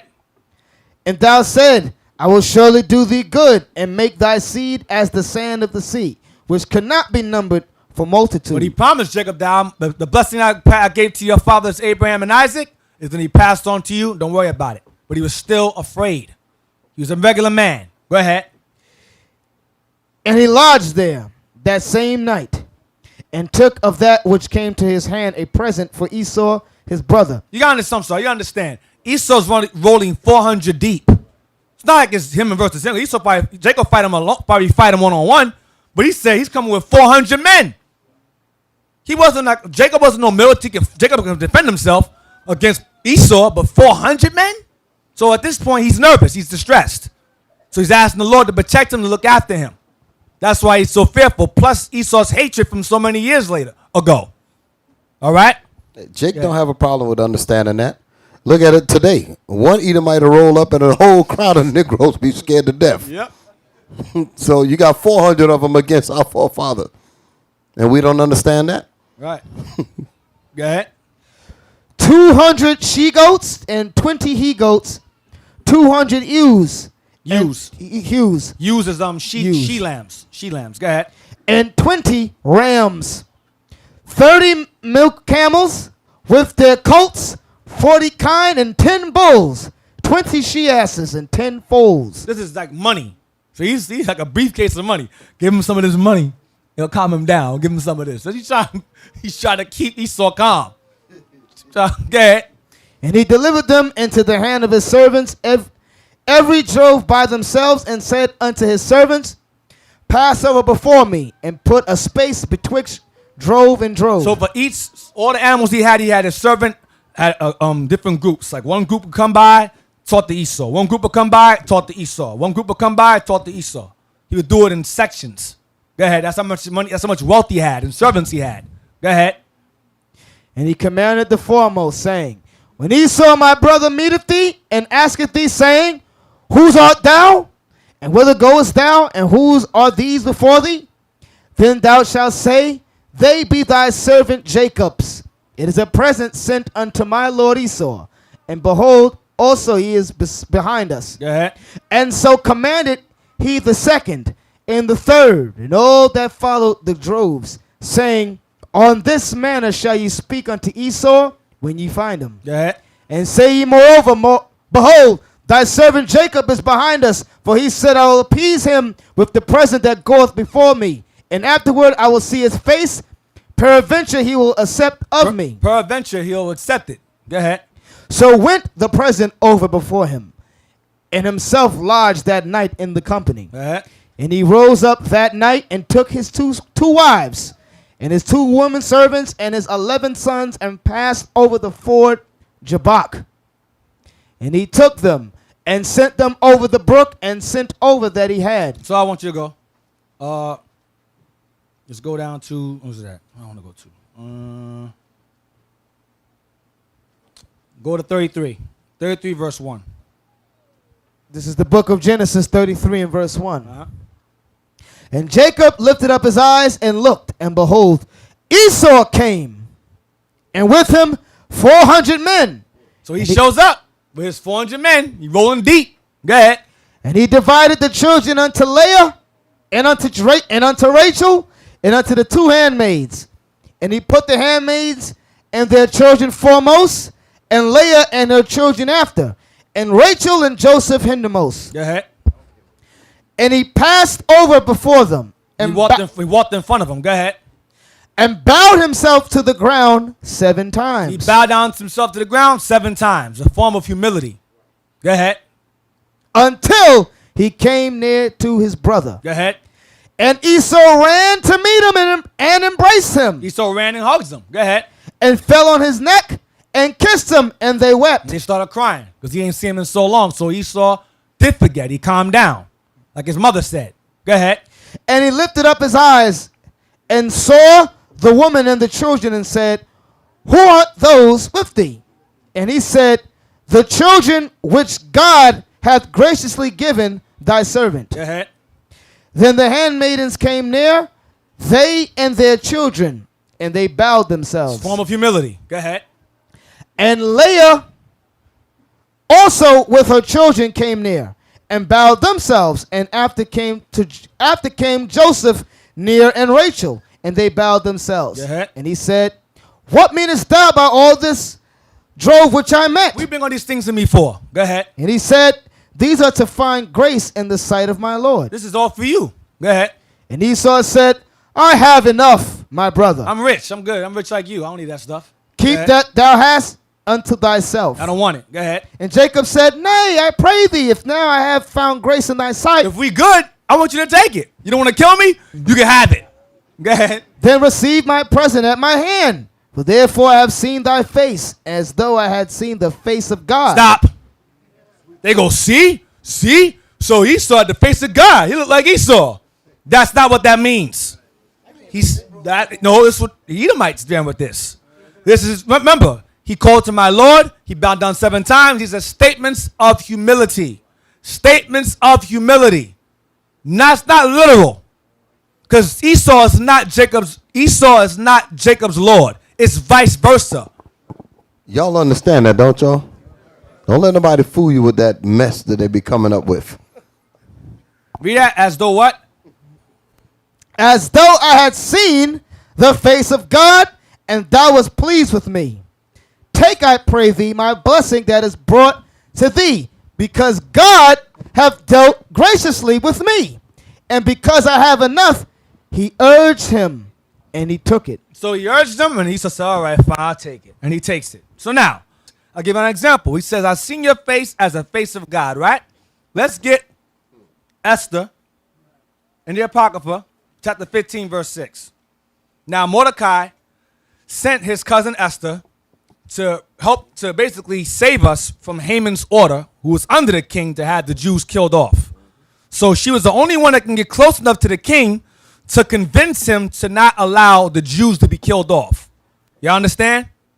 Her cousin Mordecai sent her, who was now the queen, to speak to the king on behalf of her people to not have us killed off. So in the midst of doing this, certain things took place. One, like Jacob, she was scared out of her mind. Esther 15. What verse? 15 verse 3. Wait a second. Verse 6. Esther 15 and 6. Then having passed through all the doors. Remember, this is a kingdom. She's a big, imagine the roofs are high. This is a huge kingdom. So she's walking through all these big doors. You got guards standing on side to side with spears, swords, whatever. She's passing through all these doors to get to the king. Go ahead. She stood before the king, who sat upon his royal throne. It was clothed with all his robes of majesty, all glittering with gold and precious stones, and he was very dreadful. Go ahead. He was scary as hell. Go ahead. Then lifting up his countenance that shone with majesty, he looked very fiercely upon her. Why? Because there was an order. You cannot show up unless the king calls you. She came outside that order. So he gave her that look. What the hell are you doing here? He gave her that look, and she was like, oh. She fainted. She could not take it. Let me give you an example of what kind of fear comes on you when you have to deal with a situation like that. You walking through a gauntlet of military men that are at the beck and call of the king. The king could at any moment say, put him to death. And you dying. So you got to be very careful. You got to think exactly how you're going to make it through all the way up through that thing to get to this king. Y'all follow me? All right. Go ahead. He looked very fiercely upon her, and the queen fell down and was pale. And she was scared. Go ahead. And fainted, and bowed herself upon the head of the maid that went before her. Then God changed the spirit of the king into mildness. The Lord moved this king's spirit to calm down, like he did Esau. There you go. Same thing he did to Esau, made him calm. Go ahead. Who in a fear leaped from his throne and took her in his arms, till she came to herself again, and comforted her with loving words, and said unto her, Esther, what is the matter? I am thy brother. Be of good cheer. Thou shalt not die, though our commandment be general. Come near. Though the commandment is I should have you killed, don't worry about it. What's wrong? Go ahead. And so he held up his golden scepter and laid it upon her back and embraced her and said, Speak Laid it unto upon me. her neck. Excuse me, upon her neck. Meaning he gave her permission to now speak to him. He has to lay his scepter upon you to receive, to talk to him. Go ahead. And embraced her and said, Speak unto me. Then said she unto him, I saw thee, my Lord, as an angel of God. And you know damn well he no angel of God. She said, I saw thee, my Lord, as an angel of God. Go ahead. And my heart was troubled for fear of thy majesty. And my heart was troubled because you're so glorious. That's flattering. Words of humility. Right. Just like Jacob. I saw you as a face of God. It's the same thing. She's not literally saying to him, he looks like an angel of God. She's not saying that. Persians do not look like angels of God. Persians look like Persians. All right? So that's what that means. Let's get past that. So scratch that nonsense. 1 Samuel 14:47. 1 Samuel 14, verse 47. So Saul took the kingdom over Israel and fought against all his enemies on every side, against Moab and against the children of Ammon and against Edom and against the kings of Zebah and against the Philistines, and whithersoever he turned himself, he vexed them. So Saul became our king and gave the heathens hell in the process. Next verse. And he gathered in hosts and smote the Amalekites and delivered Israel out of the hands of them that spoiled So them. he smote Amalek. Gonna get chapter 15 and verse 2. Watch this. Thus saith the Lord of hosts, I remember that which Amalek did to Israel, how he laid wait for him in the way when he came up from Egypt. Read it again. Thus saith the Lord of hosts, I remember that which Amalek did to Israel, how he laid wait for him in the way when he came up from Egypt. So he says, I remember when Amalek came against Israel when we came out of Egypt. They were the first nation to attack us when we came out of Egypt. Esau forgot. He forgave Jacob. But his descendants did not forget. They maintained that hatred from Esau until now. They maintained it. You understand? So the Lord said, I remember when Amalek, Esau's children, came against you and attacked you. Get Deuteronomy 25, verse 17. Deuteronomy 25, verse 17. Remember what Amalek did unto thee by the way, when you were come forth out of Egypt, how he met thee by the way and smote the hindmost of thee, even all that were feeble behind Hindmost, thee. he means he smote us from behind. He attacked remember the men went from the front, the people and the women went on our people the back. The civilians, the women, the babies, the old were in the back. He came from behind and attacked us. You didn't expect. He caught us off guard. You understand? He was the first nation to do this. Go ahead. Even all that were feeble behind thee, when thou wast faint and weary, and he feared not God. Go ahead. Therefore it shall be when the Lord thy God hath given thee rest from all thine enemies When he put you in your land, round about, in the land which the Lord thy God giveth thee for an inheritance to possess it, that thou shalt blot out the remembrance of Amalek from under heaven. Thou shalt not forget he it. says, you shall not forget the evil that these heathens did to you. Christianity tells you to forget everything. Forgive, love thine enemies. That's what you hear Christians use. Matthew 5:44. Servants obey your masters. That's what you hear. The Lord said, don't forget what they did to you. I'm not going to forget. You don't forget. Now, let's go back to 1 Samuel again, 15 and 2. 1 Samuel 15 and 2. Thus saith the Lord of hosts, I remember that which Amalek did to Israel, how he laid wait for him in the way when he came up from Egypt. Read that earlier in Deuteronomy 25. Go ahead. Now go and smite Amalek and utterly destroy all that they have, and spare them not, but slay both man and woman, infant and suckling, ox and sheep, camel and ass. Stop. There's something wrong with this. Because you'll hear things like, well, not all white people had us in slavery. Well, these Amalekites here weren't the Amalekites that attacked us in the time of Egypt. So why are we killing their babies for? You didn't read that out of the Bible. You making that up. No, read it again. That ain't in there. Verse 3 again. Now go and smite Amalek and utterly destroy all that they have, and spare them not, but slay both man and woman, infant and suckling. Why? Read verse 2. Thus saith the Lord of hosts, I remember that which Amalek did to Israel, how he laid wait for him in the way when he came up from Egypt. This is years later, earlier. He's judging a nation's babies for something that their ancestors did years before. So what's that? Isn't that wrong in the eyes of Christianity? The Lord don't care about that stuff. Because they say, oh, well, there's some good ones. What did the Lord had us kill a nation, a city of Edomites for something that their ancestors did in the past, long before them. Don't make no sense to modern Christians. Read that. The book of Ecclesiastes, chapter 3, verse 15. That which hath been is now, Talking about man. Go ahead. and that which is to be hath already been. And the same man, all of us in this room, were around before. That's what he's saying. That's regeneration. Those who are around right now, in this room, women and men, were around before. Read on. And God requireth that which is past. And God requires that which is past. He'll judge. They try to debunk that too. He'll judge people on their past. Those Amalekites that Saul was killing in 1 Samuel were the same ones that attacked us during the time of Egypt. It's the same exact people. That's why he said, kill them now. They're back. Kill them now.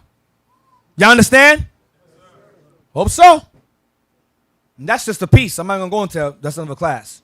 Let's get Samuel. Left the best part out. Outside was Samuel.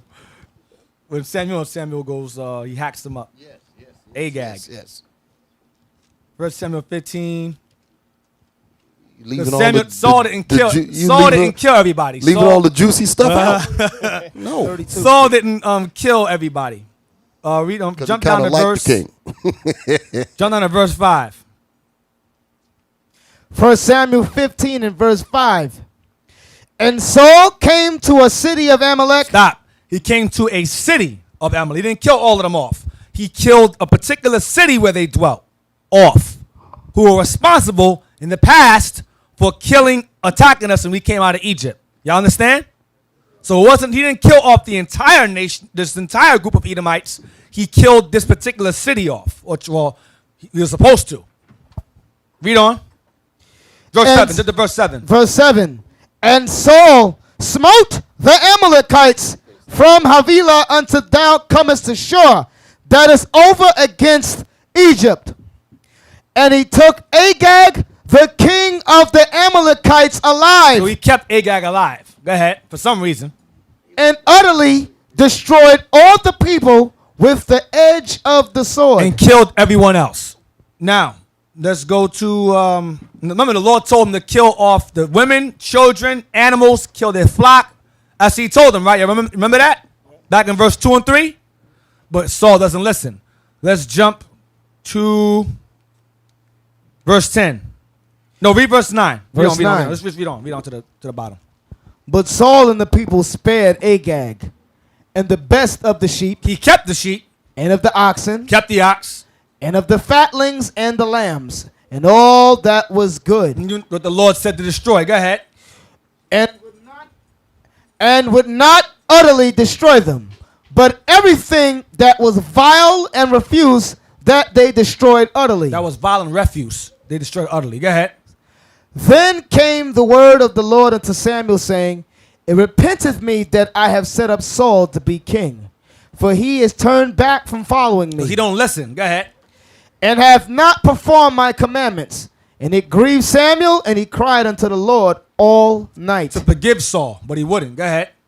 And when Samuel rose early to meet Saul in the morning, it was told Samuel, saying, Saul came to Carmel, and behold, he set him up a place, and is gone about, and passed on, and gone down to Gilgal. Go ahead. And Samuel came to Saul, and Saul said unto him, Blessed be thou of the Lord, I have performed the commandment of the Lord. So Saul did not. Wait a minute. Saul did not perform the commandment of the Lord. He did not do what he was told. He kept one alive, and he kept the animals, the best of the animals alive. The Lord said, kill everyone. That was the order. That was the order. Saul, so blind and simple, he said, yeah, do what the Lord said to do. The Lord going to give him a pass because he saved the best ones, and Right. he only killed the bad ones and all that. He figured that that's going to turn the Most High's wrath from him. Read verse 14. And Samuel said, What meaneth then this bleating of the sheep in mine ears? What's that sound I hear? So understand what's happening. The orders was kill everything. Yep. So Samuel said, wait a minute. He hears it. Hell. That's what's going on. Yeah. He said, what? I hear sheep. I'm supposed to hear nothing. That's what he said. I ain't supposed to hear nothing. But you hear it. Y'all got it? Go ahead. What meaneth then this bleating of the sheep in my ears, and the lowing of the oxen which I hear? And Saul said, They have brought them from the Amalekites, For the people spared the best of the sheep and of the oxen to sacrifice unto the Lord thy God, and the rest we have utterly destroyed. Go ahead. Then Samuel said unto Saul, Stay, and I will tell thee what the Lord hath said to me this night. And he said unto him, Say on. And Samuel said, When thou wast little in thine own sight, wast thou not made the head of the tribes of Israel? And the Lord anointed thee king over Israel? Now you throwing yourself. When you was not a king, you was insecure, you was unsure of yourself. Now you king, now you throwing yourself. Got big You were told not to do this. You were given orders and you broke them. Go ahead. And the Lord sent thee on a journey and said, Go and utterly destroy the sinners, the Amalekites, and fight. Wait, whoa, stop. What do you call them? The sinners, the Amalekites. Because they attacked the Lord's people. So but remember, the infants didn't do that. The sucklings didn't do that. So why are they called sinners? What did they do? Showing you the Lord requires that which is past. He does not forget. Christianity makes you forget and gives you what? Stockholm syndrome. 1 Samuel 15 I'm gonna get to the and point. I got more. I'm gonna get to the point. 18. Yeah, The Lord sent thee on a journey and said, Go and utterly destroy the sinners, the Amalekites, and fight against them until they be consumed. Wherefore then did thou not obey the voice of the Lord, but didst fly upon the spoil, and did evil in the sight of the Lord? And Saul said unto Samuel, Yea, I have obeyed the voice of the Lord, and have gone the way which the Lord sent me, and have brought Agag the king of Amalek, and have utterly destroyed the Amalekites. Didn't listen. Go ahead. He's making excuses. Right. He saved the king. Tell me he did it to everything else. Go ahead. But the people took of the spoil sheep and oxen, the chief of the things which have been utterly destroyed, to sacrifice unto the Lord thy God in Gilgal. Jump down to verse 31. You hear this? You hear what's going on here? Yeah. Lying. He's lying his behind off. Yeah. Go 31. He gonna blame it on 31. Yeah. So Y'all didn't see that, right? He lied and said that the people saved it because they wanted to do sacrifice. The Most High is furious right now. Go ahead. Go. Go 31. We get to the point. So Samuel turned again after Saul and said, Worship the And Lord. Saul And Saul worshiped the Lord. Go ahead. Then said Samuel, Bring ye hither to me Agag, the king of the Amalekites. Samuel said, Bring Agag to me. Bring him to me. Go ahead. And Agag came unto him delicately. Agag came to him all with his head down. Yeah, delicately. He saw Samuel. He already knew what was going to happen. Go ahead. And Agag said, Surely the bitterness of death is past. He said, Oh, surely I'm going to survive. I'm going to live. Based on how he saw Samuel. Go ahead. And Samuel said, As thy sword hath made woman childless, so shall thy mother be childless among women. And Samuel hewed Agag in pieces before the Lord in Gilgal. You know what Samuel did? He cut him piece to piece. Arms off, legs off, You got to head off. dramatize it. Now let's get Job 1-1. Now let's get to it. Job 1-1. I went around. I like that. Went around it. Now we're going to jump into it now. Job 1-1. Just cutting the doctrines as we go along. Job 1-1. Job 1-1. The book of Job, chapter 1, verse 1. There was a man in the land of Uz, whose name was Job. And that man was perfect and upright, and one that feared God and eschewed evil. So it says, there was a man named Job in the land of Uz. So that right there, they go, see? He dwelt in the land of Uz. Give me Lamentations 4:21. Let's see what they're going to do with this. Lamentations 4:21. Lamentations chapter 4, verse 21. Pay attention. Rejoice and be glad, O daughter of Edom. Oh, daughter of who? O daughter of Edom, Go ahead. that dwellest in the land of Uz. See that? They go, see? So Job was an Edomite, because Edomites dwelt in the land of Uz. Okay. Go back to Job 1-1 again. Job 1-1 again. There was a man in the land of Uz, whose name was Job. And that man was perfect and upright. That man was what? Perfect and upright. Go ahead. and one that feared God and eschewed evil. Give me Malachi 1, please. Malachi 1, verse 4. I want the point. The book of Malachi 1, verse 3. Verse 3. Malachi 1 and 3. And I hated Esau. And what did he do? And I hated Esau. And I hated Esau. Go ahead. And laid his mountains and his heritage His heritage means his people, his descendants. Go ahead. waste for the dragons of the wilderness. Verse 4. Whereas Edom saith, So he's talking about Edom. Esau is Edom, the nation itself. Go ahead. we are impoverished, but we will return and build the desolate places. Thus saith the Lord of hosts, they shall build, but I will throw down. And they shall call them What will Edom be called? the border of wickedness. You know what border means? It's the beginning or the end of something. The border of wickedness. That nation is the wicked the Bible speaks of. So how in the hell are you going to be upright and perfect in the eyes of the Lord when the Lord said he hates them in Malachi 1 and 4? How? Don't make no type of sense. Read on. And they shall call them the border of wickedness.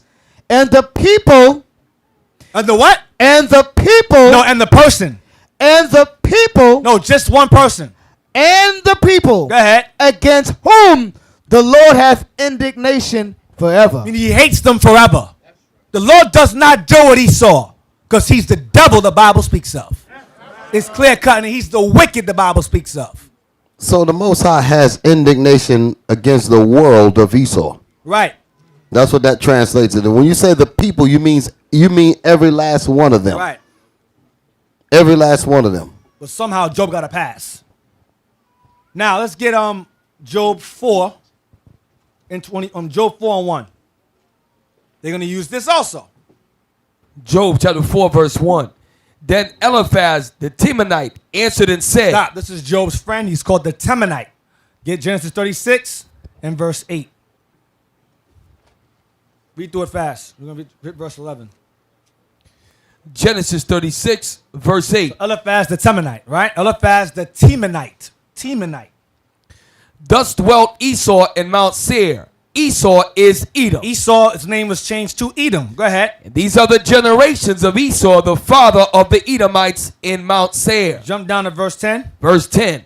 These are the names of Esau's sons. Eliphaz, the son of Adah, the wife of Esau. Ruel, the son of Basemath, the wife of Esau. 11. And the sons of Eliphaz So were, Esau's son Eliphaz had who?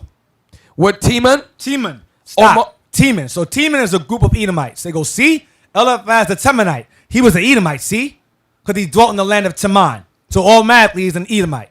His friend's an Edomite, he's an Edomite. We read earlier the Lord hates them, right? Malachi 1 and 4. Let's get Job again. Job chapter 42 and verse 7 and 8.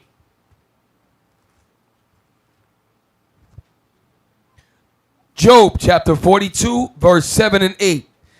And it was so that after the Lord had spoken these words unto Job, the Lord said to Eliphaz the Temanite, my wrath is kindled against thee and against thy two friends, for ye have not spoken of me the thing that is right, as my servant Job hath. Verse 8. Therefore, take unto you now 7 bullocks and 7 rams, and go to my servant Job, and offer up for yourselves a burnt offering, and my servant Job shall pray for you. For him will I accept. Stop. For him will I accept. The Lord said he hates Esau. He does not accept Esau at all. So Job cannot be an Edomite at all. Offering of sacrifices and praying for brothers and the Lord receiving it. That's not a heathen's privilege at all. So he was not an Edomite. You understand? He's of the righteous seed. That's what he was. Because there's no record of his lineage, they go, oh, see, but y'all play games. See, he was an Edomite. No, you're not playing that game with us. Because he dwelt in the land of Uz, and his boy is called the Temanite. Automatically, he's Edom. So let's play that game. Let's say, for argument's sake, that he is Edom. I'm going to deal with that later on. Let's just say I'm wrong. Let's say he is Edom. Because I like to play both sides of the coin. We'll get to that later. Go to Hosea 12 and 12. So because he dwelt in the land of Uz, therefore he's an Edomite. Okay. Really? Hosea 12 and 12. Not thought the possibility of him being a heathen later. Let's see how that works out, if I have the time. Hosea chapter 12, verse 12. And Jacob fled into the country of Syria. Like his mother told him to, Padanaram. Remember that? Padanaram, plain of Syria. Go ahead. And Israel served for a wife. Same person, served for a wife. He served Laban for the wife. And for a wife, he kept sheep. And to get the wife, he kept sheep for Laban. Did it for 20 years. Being extorted and exploited. You understand? By his uncle. Now, read again, one more time. Verse 12. Hosea 12 and 12. And Jacob fled into the country of Syria. Stop, that's all I want. Get Deuteronomy 26 and 5. So apparently, based upon that doctrine that Job was Edomite living where he lived, okay, let's explain this then. Deuteronomy 26, verse 5. Let me ask you a question. Was Jacob a Syrian? No. Okay. Deuteronomy 26 and 5. And thou shalt speak and say before the Lord thy God, a Syrian ready to perish was my father. Stop. A Syrian ready to perish was my father. Now, the nation of Israel, the Syrians are not our forefathers. So who's the Syrian here? Jacob. Remember, he fled to Padanaram, the plain of Syria. He was called a Syrian based on where he lived. Like Eliphaz, the Temanite was called the Temanite based on where he lived. It's not a nationality, it's where he lived. Like you're a Bronxite or Brooklynite, an American. That's your land. That's not where you're from. You understand? So, read again. Assyrian. And thou shalt speak and say before the Lord thy God, a Syrian ready to perish was my father. Assyrian, Jacob, ready to perish was my father. Why? Because one, Esau wanted him dead. Then you had when Simeon and Levi killed the Hamites, he was scared then. Then you had the famine where Joseph said, and they came from out of Canaan into Egypt. He was ready to die all the time. He always faced death all the time, Jacob. Esau wanted to kill him. Laban wanted to kill him when he left. His uncle wanted him dead. And you had the famine. You had Esau. So Assyrian ready to perish was my father, Jacob, because he dwelt in Syria. Padanaram. Go ahead. Ready to perish was my father. And he went down into Egypt and sojourned there with a few. With the sons. And became there a nation. When Joseph put them there. Go ahead. Great, mighty, and populous. And we became great, mighty, and huge, a populace. See that? So Jacob was called a Syrian. Was he a Syrian nationality-wise? No, he was a Syrian based on what? Where he lived. Just like Job. Just like his friends. Can I give you another one? Yeah. To back that. Can we go to Acts chapter? No. It's going to be in league with what you said. Yes. You got that one? Yeah, I can get it. You got it? I know what it is. It's Acts 22 and verse 25. From the book of Acts, chapter 22, verse 25. And as they bound him with thongs. Read. Keep going. As they bound him with thongs, Paul said unto the centurion that stood by, is it lawful for you to scourge a man that is a Roman? A what? A Roman. Paul said he was a Roman. Now, watch this. Give me Acts chapter 21, verse 39. Acts chapter 21, verse 39. But Paul said, I am a man, which am a Jew. Which one is he? Is he a Jew or is he a Roman? That's to show you why you got to study the scriptures. It's not always what it says when it's there. He used the nationality of the land when it was convenient for him. Okay, they have Roman laws. Once, just like us, we're American citizens. We travel certain places and they know we're Americans. They can't deal with us the way they deal with the people of the land. So Paul was smart. 1 minute, when they grabbed him again, he's asked to speak to one of the people in charge, and they said, can you speak Greek?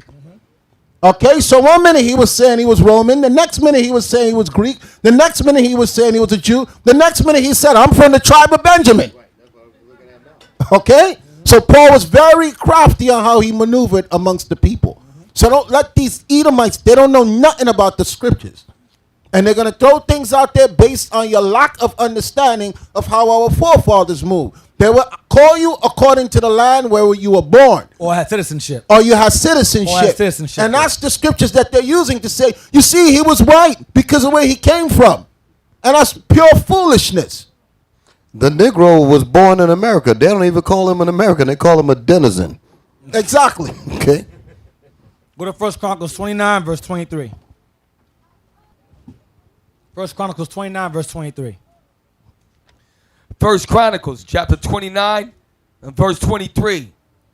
Then Solomon sat on the throne of the Lord as king instead of David his father, and prospered, and all Israel obeyed him. Watch this. 24 is the key verse.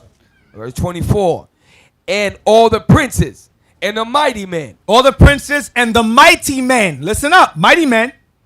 and all the sons likewise of King David, submitted themselves under Solomon the king. They submit the mighty men that served David fell under Solomon and served him. Y'all follow? All right. Get 1 Chronicles 11 and 26. 11. 1 Chronicles 11, verse 11. Watch this. 11 verse 11.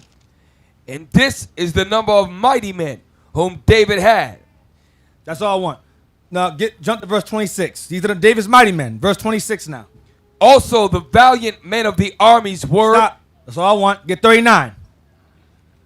Those are mighty men. Let's get to the point. This is mighty men. 39. Zelek the Ammonite. Stop. Zelek, what was he called? Zelek the what? The Ammonite. Zelek the Ammonite. Jump down to verse 41.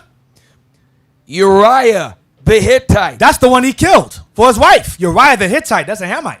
Jump down to verse 46. Eliel. Jump down to the last name. And Ithma. Yes. And Ithma the Moabite. That's odd. David's men, one's called the Moabite, one's called an Ammonite, one's called a Hittite. Give me 2 Chronicles 8 and 7. Let's see what they were. Remember, these men served David, right? Remember that David's mighty men served Solomon? Y'all recall that? One was called an Hittite, one's called an Ammonite, one's called a Moabite, right? 2 Chronicles 8 and 7. 2 Chronicles 8 verse 7. As for all the people that were left of the Hittites, There's the real Hittites. and the Amorites, and the Perizzites, and the Hivites, and the Jebusites, which were not of Israel. These were not of Israel. These are real, true Hamites. Go ahead. But of their children who were left after them in the land, Who we did not kill off during Joshua's time and David's time. Go ahead. whom the children of Israel consumed not, Go ahead. them did Solomon make to pay tribute until this day. They became tributaries unto us. You see that? These are non-Israelites that became tributaries unto us, right? Verse 9. But of the children Stop. Be that slower. but of the children of Israel But aside from the heathens are the children of Israel. Go ahead. did Solomon make no servants for his work. The Hamites he did earlier, he made them servants for his work. Go ahead. But they were men of war. The children of Israel were his men of war. The same men of war that served David were children of Israel. The one called the Ammonite, the one called the Moabite, the one called the Hittite. Those were children of Israel. Y'all follow? The same mighty men under David served under who? Solomon. Read again. Verse 9. But of the children of Israel did Solomon make no servants for his work, but they were men of war, and chief of his captains, and captains of his chariots and horsemen. 10. And these were the chief of the king Solomon's officers, even 250 that bear rule over the people. The same men that were under David became men of war, the mighty men, the valiant men under Solomon were children of Israel who were not made servants. You understand that? So David's mighty men became Solomon's mighty men, and they were all Israelites. The Moabite you read about, the Moabite you read about, the Ammonite you read about, the Hittite you read about, those are all Israelites that came from those lands. Remember, we conquered those nations and took parts of those lands and lived there. Like the disciple Simon the Canaanite. He was not a Hamite, he was a Jew. Simon the Canaanite was a Jew that dwelt in the land of Canaan. You understand? Christianity is pure garbage. Once you learn it, after a while it becomes, they're like robots. They all say the same thing. They're trying to evolve, but it's not going to happen. It's all to save massa. That's the tactic. And that's why they're making us their primary focus now. Right. Get 2 Samuel 5:11. Because they know that we're the main force against them. That's right. That's why they're attacking us so hard. They say, there's a saying even amongst the other camps, if you cut off the head, everybody else will fall. Right. And that's what they think also. Christianity is like crack. And the people that are hooked on crack, you read them basic scripture, and they'll see what it's saying, but the crack says, I can't let it go. And they stay with that doggone thing. And with what we teaching, we take the crack out of your hands. And they don't like that thing. This is rehab. Right. This is definitely rehab, but they don't want you to be rehabilitated. Get 2 Samuel 5 and verse 11. So now we dealt with Edom. Now we're going to deal with Tyre. All right? We dealt with Edom earlier. Now we're going to deal with Tyre. 2 Samuel 5:11. 5:11. And Hiram, king of Tyre, said, this is Hiram, a king of Tyre. All right? Hiram, king of Tyre. Tyre is a city of people known as Sidonians. Sidonians are also referred to as Canaanites. All right? So these are Sidonians, Zidon, Tyre and Zidon. That's their city. All right? Read again. And Hiram, king of Tyre, is a Hamite, sent messengers to David, and cedar trees, and carpenters, and masons, and they built David an house. So Hiram, the king of Tyre, had resources. He was a builder, and he built David a house. Okay? Now, let's go to 1 Kings 5:1. We're going to read about him some more. King of Tyre. 1 Kings 5:1. Built David a house. 1 Kings 5 verse 1. And Hiram, king of Tyre, sent his servants unto Solomon, for he had heard that they had anointed him king in the room of his father. Room of David, go ahead. For Hiram was ever a lover of David. Hiram had much love and respect for David. David was a mighty man, so he respected David. Y'all follow? Hiram is a Hamite that have respect for David. Y'all follow? He's doing the same Hiram that built David a house. Y'all follow? Go to verse 7. 1 Kings 5 verse 7. And it came to pass when Hiram heard the words of Solomon that he rejoiced greatly and said, Blessed be the Lord this day, which have given unto David a wise son over this great people. This Hamite have much respect for us, as you can see. And for Solomon, go ahead. And Hiram sent to Solomon, saying, I have considered the things which thou sent to me for, and I will do all thy desire concerning timber of cedar and concerning timber of fir. Like he did for David, building a house. Go ahead. My servants shall bring them down from Lebanon unto the sea, and I will convey them, and I will convey them by sea in floats unto the place that thou shalt appoint me. I'll bring you the resources and you build the temple. Go ahead. And I will cause them to be discharged there, and thou shalt receive them. And thou shalt accomplish thy desire in giving food for my household. Go ahead. So I'll give you the resources and you pay me. And I'll take care of my house. Go ahead. Verse 10. So Hiram gave Solomon cedar trees and fir trees according to all his desire. Go ahead. And Solomon gave Hiram 20,000 measures of wheat for food to his household, and 20 measures of pure oil. Thus gave Solomon to Hiram year by year, to feed his people and his family. Go ahead. And the Lord gave Solomon wisdom, as he promised him. And there was peace between Hiram and Solomon. We had an arrangement. There was peace between Hiram the Hamite and Solomon, our forefather, the king. Go ahead. And they too made a league together. For resources. Back, it was a business deal. Go ahead. Verse 13, and King Solomon raised a levy out of all Israel. And the levy was 30,000 men. Go ahead. And he sent them to Lebanon, 10,000 a month by courses. A month they were in Lebanon, and 2 months at home. And Adoniram was over the levy. To bring the resources back and forth. They had courses. 10,000 will go this month, 20,000 will go that month, back and so on and so forth. So now, that was the business arrangement. Let's get chapter 7, verse 13. 1 Kings 7, verse 13. And King Solomon sent and fetched Hiram out of Tyre. King of Tyre, go ahead. He was the widow's son of the tribe of Naphtali. So Hiram's mother was Northern Kingdom, but his father wasn't. Go ahead.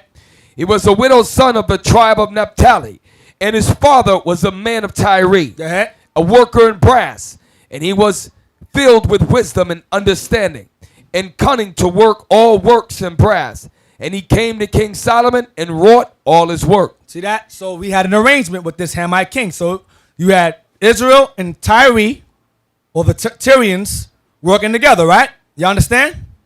All right. Get Psalms 83. Let's see if that made David feel any different about Tyre when he wrote this. Psalms 83 and verse 2. Psalms 83, verse 2. For lo, thine enemies make a tumult, and they that hate thee have lifted up their head. Go ahead. They have taken crafty counsel against thy people, and consulted against thy hidden one. This is prophetic. Go ahead. They have said, come, and let us cut them off from being a nation. Enemies of God have said, come, let us cut them off from being a nation. Go ahead. That the name of Israel may be no more in remembrance. If they shave our history out of our minds. Go ahead. But they have consulted together with one consent. They are confederate against thee. Let's see who this is. The tabernacles of Edom. The ringleaders. Edom. And the Ishmaelites. Ishmael. Of Moab. Chinese. And the Hagareans. Africans. Gabal. Or Africans. And Ammon. Japanese. And Amalek. Israelis. The Philistines with the inhabitants of Tyre. With who? The inhabitants of Tyre. They was involved in our destruction. David wrote this while he was cool with Hiram. That didn't change anything. He was still the enemy.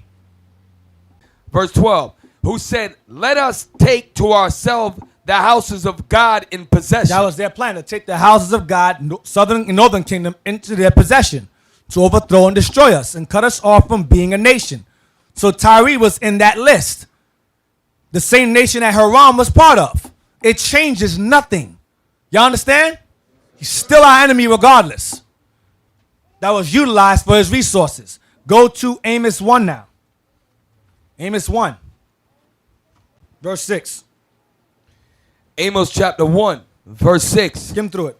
Thus saith the Lord, for 3 transgressions of Gaza, and for 4 I will not turn away the punishment thereof. Why? Because they carried away captive the whole captivity to deliver them up to Edom. The whole captivity is Israel. The Philistines of Gaza delivered us up unto to Edom. Go ahead. But I will send a fire unto the wall of Gaza, which shall devour the palaces thereof. I'm going to judge them for that. Go ahead. And I will cut off the inhabitant from Ashdod, and him that holdeth the scepter from Ascalon. That's that Philistines. Go ahead. And I will turn mine hand against Ekron. Go ahead. Yeah. And the remnant of the Philistines shall perish, saith the Lord God. Read on. Thus saith the Lord, for 3 transgressions of Tyrus. Tyrus is Tyre. Same thing. Go ahead. And for 4, I will not turn away the punishment thereof. What's their transgression? Because they delivered up the whole captivity of Israel. And remembered not the brotherly covenant. No, read again. Because they delivered what? And I will not turn away the punishment thereof, because they delivered up the whole captivity to Edom. Did the same thing. Sold us to Edom again. Edom again, as always. The ringleader back in Psalms 83. Go ahead. And remembered not the brotherly covenant. Between us and Edom. That covenant was broken. Joel 3.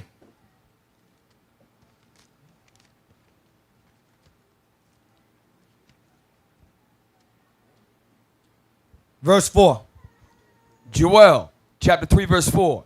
Yea, and what have ye to do with me, O Tyre and Zidon, That's the same thing. Tyre and Zidon. The Sidonians dwelt in Tyre. Go ahead. and all the coasts of Palestine? Ishmael as Arabs. Go ahead. Will you render me a recompense? And if you recompense me swiftly and speedily, will I return your recompense upon your own head. Their recompense was that because God didn't choose them, he chose us over them. They said, we're going to sell your people into slavery and cut them off from being a nation based on Psalms 83. Go ahead. Because you have taken my silver and my gold, and have carried into your temples my goodly pleasant things. Go ahead. The children also of Judah and the children of Jerusalem have you sold unto the You Grecians, read that in Amos 1. Sold unto Edom. Go ahead. that ye might remove them far from their border. Go ahead. Verse 7. Behold, I will raise them out of the place whither ye have sold them, and I will return your recompense upon your own head. Verse 8. And I will sell your sons and your daughters into the hand of the children of Judah. Did that happen yet? No, it's prophetic. Go ahead. And they shall sell them to the Sabians, to a people far off.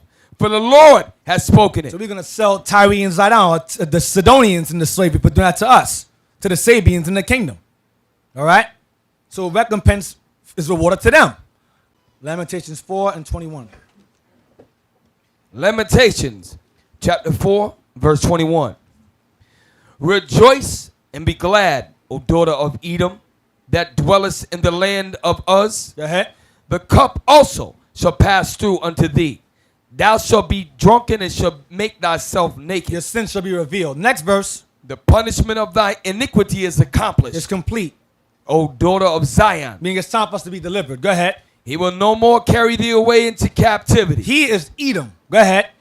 He will visit thine iniquity, O daughter of Edom. He will discover thy sins. So if Job was an Edomite, guess what? I'm going to see him in slavery then. It's just point blank. He wasn't. But if he was, he's going to slavery. Because they still say, well, he was a good Edomite. Well, Hiram was good too. But they're going to slavery also. Based on Joel 3. So all this nonsense about, oh, you have good heathens, they're going in slavery. I don't care how good they were. So if devil's advocate, that's argument's sake, if Job was Edom, him and his kind are going in slavery. Hiram was good to Solomon and David. His kind are going in slavery. It changes nothing. That's why I made my point earlier about if he was Edom. It changes nothing. The scriptures cannot be broken. Go it again, Lamentations again. Lamentations 22. Made a mistake. Thank you again, son. Lamentations 4 verse 22. Go ahead. The punishment of thine iniquity is accomplished, O daughter of Zion. He will no more carry thee away into captivity. That's the Lord. He will no longer carry you into captivity. Go ahead. He will visit thine iniquity. He is the Lord. Right. The Lord will visit thine iniquity. Go ahead. O daughter of Edom. He's going to visit. He's going to deliver Israel, and he's going to visit Edom's iniquity when they had us in slavery. Y'all understand? They will not go unpunished. Go to Psalms. No, I don't want that one. Go to Obadiah 15. My favorite. This is something that Christianity can never explain. Never. They ask each other, can you break that down? Right. No, They I won't can't. even read the book of Obadiah. There's just knives and bloodshed all throughout. I can't touch That's it. why I said if Job was Edom, he's finished. That was one good one. All the rest, he's going to slavery regardless. Obadiah 15. But he wasn't, by the way. Obadiah 15. Obadiah verse 15. For the day of the Lord is near upon all the heathen. No, upon some. Upon all the heathen. Just the bad ones. Upon all the heathen. All of them. All of them. Go ahead. As thou hast done, it shall be done unto thee. As it did to us, will be done to them. Go ahead. Thy reward shall return up upon thine own head. Go ahead. For as ye have drunk upon my holy mountain, Holy Mountain is talking about us, Israel. Go ahead. so shall all the heathen drink continually. Yea, they shall drink, and they shall swallow down. Judgment. They're going to swallow down judgment. Go ahead. And they shall be as though they had not been. They're going to be killed off. That's why he's saying that. They shall be as though they had not been. Look at us. The way our status is like we were never a nation. Yep. That's how they're going to be. That's what the Most High is saying there. They shall be as though they had not been a nation. Because look at us. We're destroyed. We're a nation of people, and we act like a bunch of individuals. Verse 18. Verse 17. Verse 17. But upon Mount Zion shall be deliverance, and there shall be holiness, and the house of Jacob shall possess their possessions. Which is the heathens. Go ahead. And the house of Jacob shall be a fire, and the house of Joseph a flame, and the house of Esau for stubble, and they shall kindle in them and devour them. Hold it. The verse, what was the verse before that? Verse 17. Read 17 again.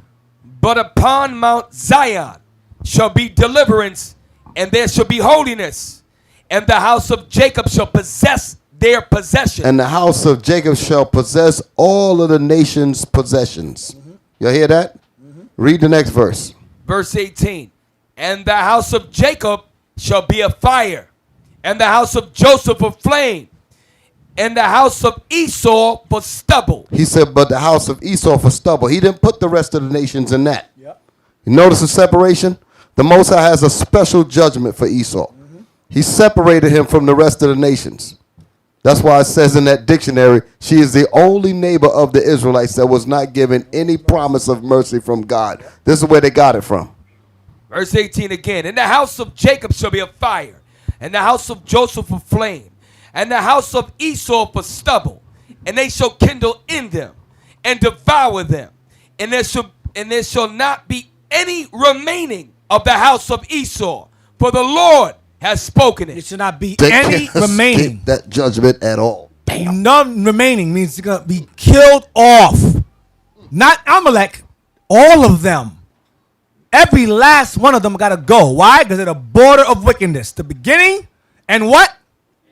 The end. They got to go. Go to Obadiah 21. Remember I read earlier about when Esau and Jacob came out the womb. I said he grabbed onto that red hairy heel. Remember that? Obadiah last verse. Obadiah verse 21. And saviors shall come up on Mount Zion to judge the mount of Esau. That's the 144,000 to judge the mount of Esau. Read on. And the kingdom shall be the Lord's. So once Esau's judged, the kingdom shall be the Lord's. Y'all see that? So once Esau's out the earth, the kingdom will be the Lord's. Now, 2nd Ezra 6-9, yeah. 2nd Ezra 6-9. Like we asked earlier. Who's the wicked? Who the Most High set up as the wicked? 2nd Ezra 6-9. 2nd Ezra chapter 6, verse 9. 8. Verse 8. And he said unto me. Verse 7, sorry, verse 7. Verse 7. Then answered I and said, what shall be the parting asunder of the times? The end of the world. Or when shall be the end of the first, and the beginning of it that followeth? The new world that comes, new heaven and earth that comes. Go ahead. And he said unto me, from Abraham unto Isaac, when Jacob and Esau were born of him, Jacob's hand held first the heel of Esau. Jacob's hand held first the red hairy heel of Esau. See that? So when Jacob grabbed Esau's heel, it symbolized what? Read the next verse. Verse 9. For Esau is the end of the world. Esau is the end of this world. Go ahead. And Jacob is the beginning of it that followeth. And Jacob is the kingdom of the Lord in Obadiah. There you go. So therefore Esau is the ruling kingdom on the earth today. Not Japheth is the end of the world. Esau is the end of the world. Get to Jeremiah 30 verse 16. So I'm gonna bring this out as we don't know who Esau is. We don't know who he is. He's some miscellaneous. We don't know. He's like a puff of smoke. We don't know who he is. Okay. Jeremiah 30 verse 16. Well, I'll play that game. I'll play that. 30:16. Jeremiah 30 verse 16. Therefore, all they that devour thee shall be devoured. Did Edom devour us? Yes. Okay, go ahead. And all thine adversaries. Is Edom our adversary? Yes. Okay. Every one of them. No, some of them. Every one of them. Just the bad ones. Every one of them. Every one of them. Not the ones that go to church. Every one of them. Go ahead. and all thine adversaries, And all thine adversaries, like I said in Obadiah, every and one of them, and in Lamentations. Go ahead. every one of them shall go into captivity, and they that spoil thee shall be a spoil, and all that prey upon thee will I give for a prey. Those who killed you, I'm going to have you kill them. So mercy is extended to them. They had the option of either being killed off or being a slave. That's mercy. See, the Lord's merciful. See? Not too bad. We're not so bad. We get to get to know us. Get slavery or death. We give it the option. We can just give you death. No, but if you get slavery, you get golden, might make them gold shackles. No, they don't get that choice. We gonna do the choosing. We might not want you to die. We might want to make you work. Yeah. That's the mercy. Hard. Second Maccabees, 9 to forever. No overtime. Second Maccabees 6 and 12. No, perpetual overtime. Second Maccabees 6 and 12. Second Maccabees 6 verse 12. Now I beseech those that read this book, that they be not discouraged for these calamities, That come against us from the other nations, our adversaries. Go ahead. but that they judge those punishments not to be for destruction, Most High didn't cause calamities against us for our destruction. Go ahead. but for a chastening of our nation. But that's what Esau is. That's why we don't sit around blaming Esau for everything or Ham for everything. These right. nations are established for chastening us, for being rebellious. They rule because of us, not because of their own power. They rule because we're rebellious and sinful. So the Lord said, fine, I'll put you into the hand of your enemies. Fend for yourselves then. And here we are now. Go ahead. Until you acknowledge your offense. Go ahead and seek my face. Go ahead. Verse 13. For it is a token of his great goodness, when wicked doers are not suffered any long time, but forthwith punished. But eventually they're going to get punished for what they did to us. Because the Lord delivered us into the hands of nations that he knew hated us. Go ahead. For not as with other nations, whom the Lord patiently forbeareth to punish, The Lord is patiently waiting to punish them for their actions against us. Because their actions against us he calls sin. Go ahead. till they become to the fullness of their sins. So the time of the Gentiles is fulfilled, like it says in Luke 21. Go ahead. So dealeth he with us. Now, give me the book of... The time of the Gentiles be fulfilled is departing asunder of the times. Right. End of the first. Second Ezra 15. 20. Second Ezra chapter 15 verse 20. This is going into prophecy regarding World War III. The world in the Middle East and so forth, things that's going to pop off. Is going into that. Go ahead.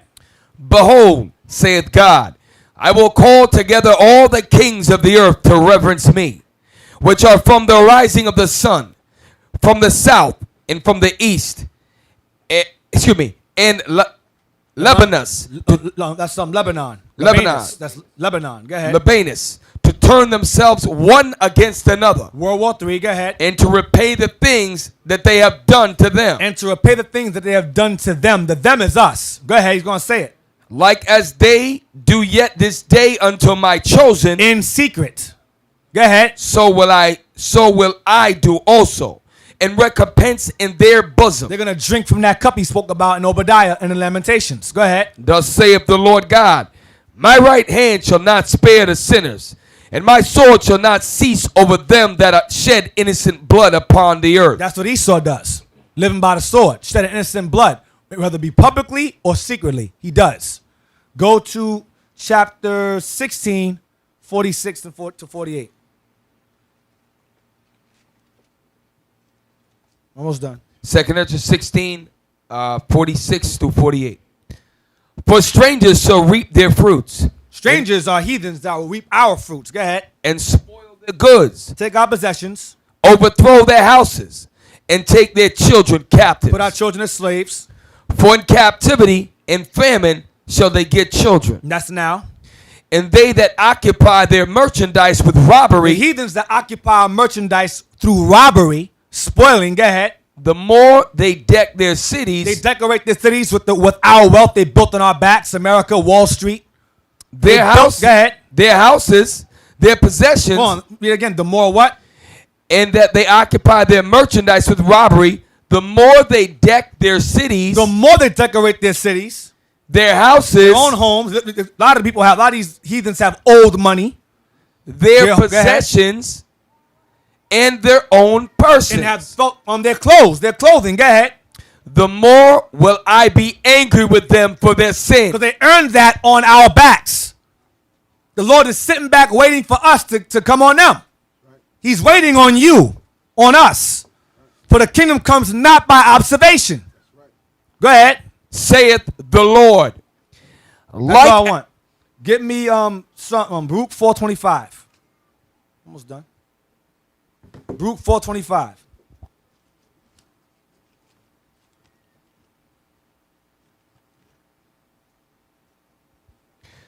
Baruch chapter 4, verse 25. My children, suffer patiently the wrath that is come upon you from God. Goes back to that chastening in Esdras. Suffer the chastening of the Lord. Go ahead. For thy enemy hath persecuted thee, but shortly thou shalt see his If destruction. you cannot acknowledge or accept your enemy's destruction, you have to die. It's just common sense. You got to go. We read earlier in Wisdom of Solomon that the righteous accepted the destruction of their enemies in the time of Egypt. So if you being in Christianity, you're told to not accept that. Accept that the victim and the enemy can be saved together. That's madness. That'll never happen. Read again. My children, suffer patiently the wrath that is come upon you from God. For thine enemy has persecuted thee, but shortly thou shalt see his destruction, and shalt tread upon his neck. You're going to step on their necks. That's the Bible says. Not hug them, not hold hands. It says we're going to tread on their necks. Jump down to verse 32. 32. This goes right back to what it said in Esdras. Watch this. Miserable are the cities which thy children serve. Because we built them. Go ahead. Miserable is she that received thy sons. In captivity. Go ahead. For as she rejoiced at thy ruin, and was glad of thy fall, so shall she be grieved for her own desolation. See that? Our enemies, in order for there to be salvation, destruction has to take place. It has to. Go ahead. For I will take away the rejoicing of her great multitude, and her pride shall be turned into mourning. Go ahead. For fire shall come upon her from the everlasting, Bring it to nuclear fire. Go ahead. long to endure. The Lord, the Most High is waiting for it. And she shall be inhabited of devils for a great time. That's Babylon the Great. Revelations 18:2. A habitation of devils. It's saying the same exact thing. All right. Last one. Revelations 13, verse 10. Oh yeah, you Gotta can't get leave that. that one out. This goes right along with Jeremiah 30 and 16. You ain't gonna leave that out. So whoever Esau is, he still fits this. Whoever you want him to be, play musical chairs with him all you like. He's gonna fall in here regardless. Revelations 13 and verse 10. Revelation 13 and 10. He that leadeth into captivity shall go into captivity. Did the white man, who we don't know his nationality is, did he have us in slavery? Yes. We don't know what his nationality is, so I'll just call him white man for you people in Christianity. Did the so-called white man, who we don't know his nationality according to the Bible, did he have us in slavery, yes or no? Yes. Okay, go ahead. And the most well-documented slavery in the history of mankind. Right. If you go back and try to get documentation of the other slaves, there's nothing that has been documented like this. 12 years a slave, Nat Turner. Yep. Okay? So you can't exclude yourself from that group. Go ahead. This is so beautiful. Go ahead. Yeah. Go ahead. Let me read it again. He that leadeth into captivity shall go into captivity. Read it like you're putting a chain on somebody. Like you reading the judgment in a courtroom. Right. He that leadeth into captivity Yes. shall go into captivity. So the misnomered white man is going in slavery. Whatever you think he is, or whatever you want him to be, or whatever you believe him to be, whether he's Gumby or Barney or Dino, whatever you want him to be, he's going in slavery. Now watch this. Yeah, there's more. I'm with the rest. Okay. Go ahead. He that killeth with the sword must be killed with the sword. Did the so-called white man, the misnomered white man, kills with the sword? Yes. Okay. Go ahead. Here is the patience and the faith of the saints. So our patience, so that's our patience and that's our faith. Seeing who did that, whoever he is, That's right. go into slavery and be killed for it.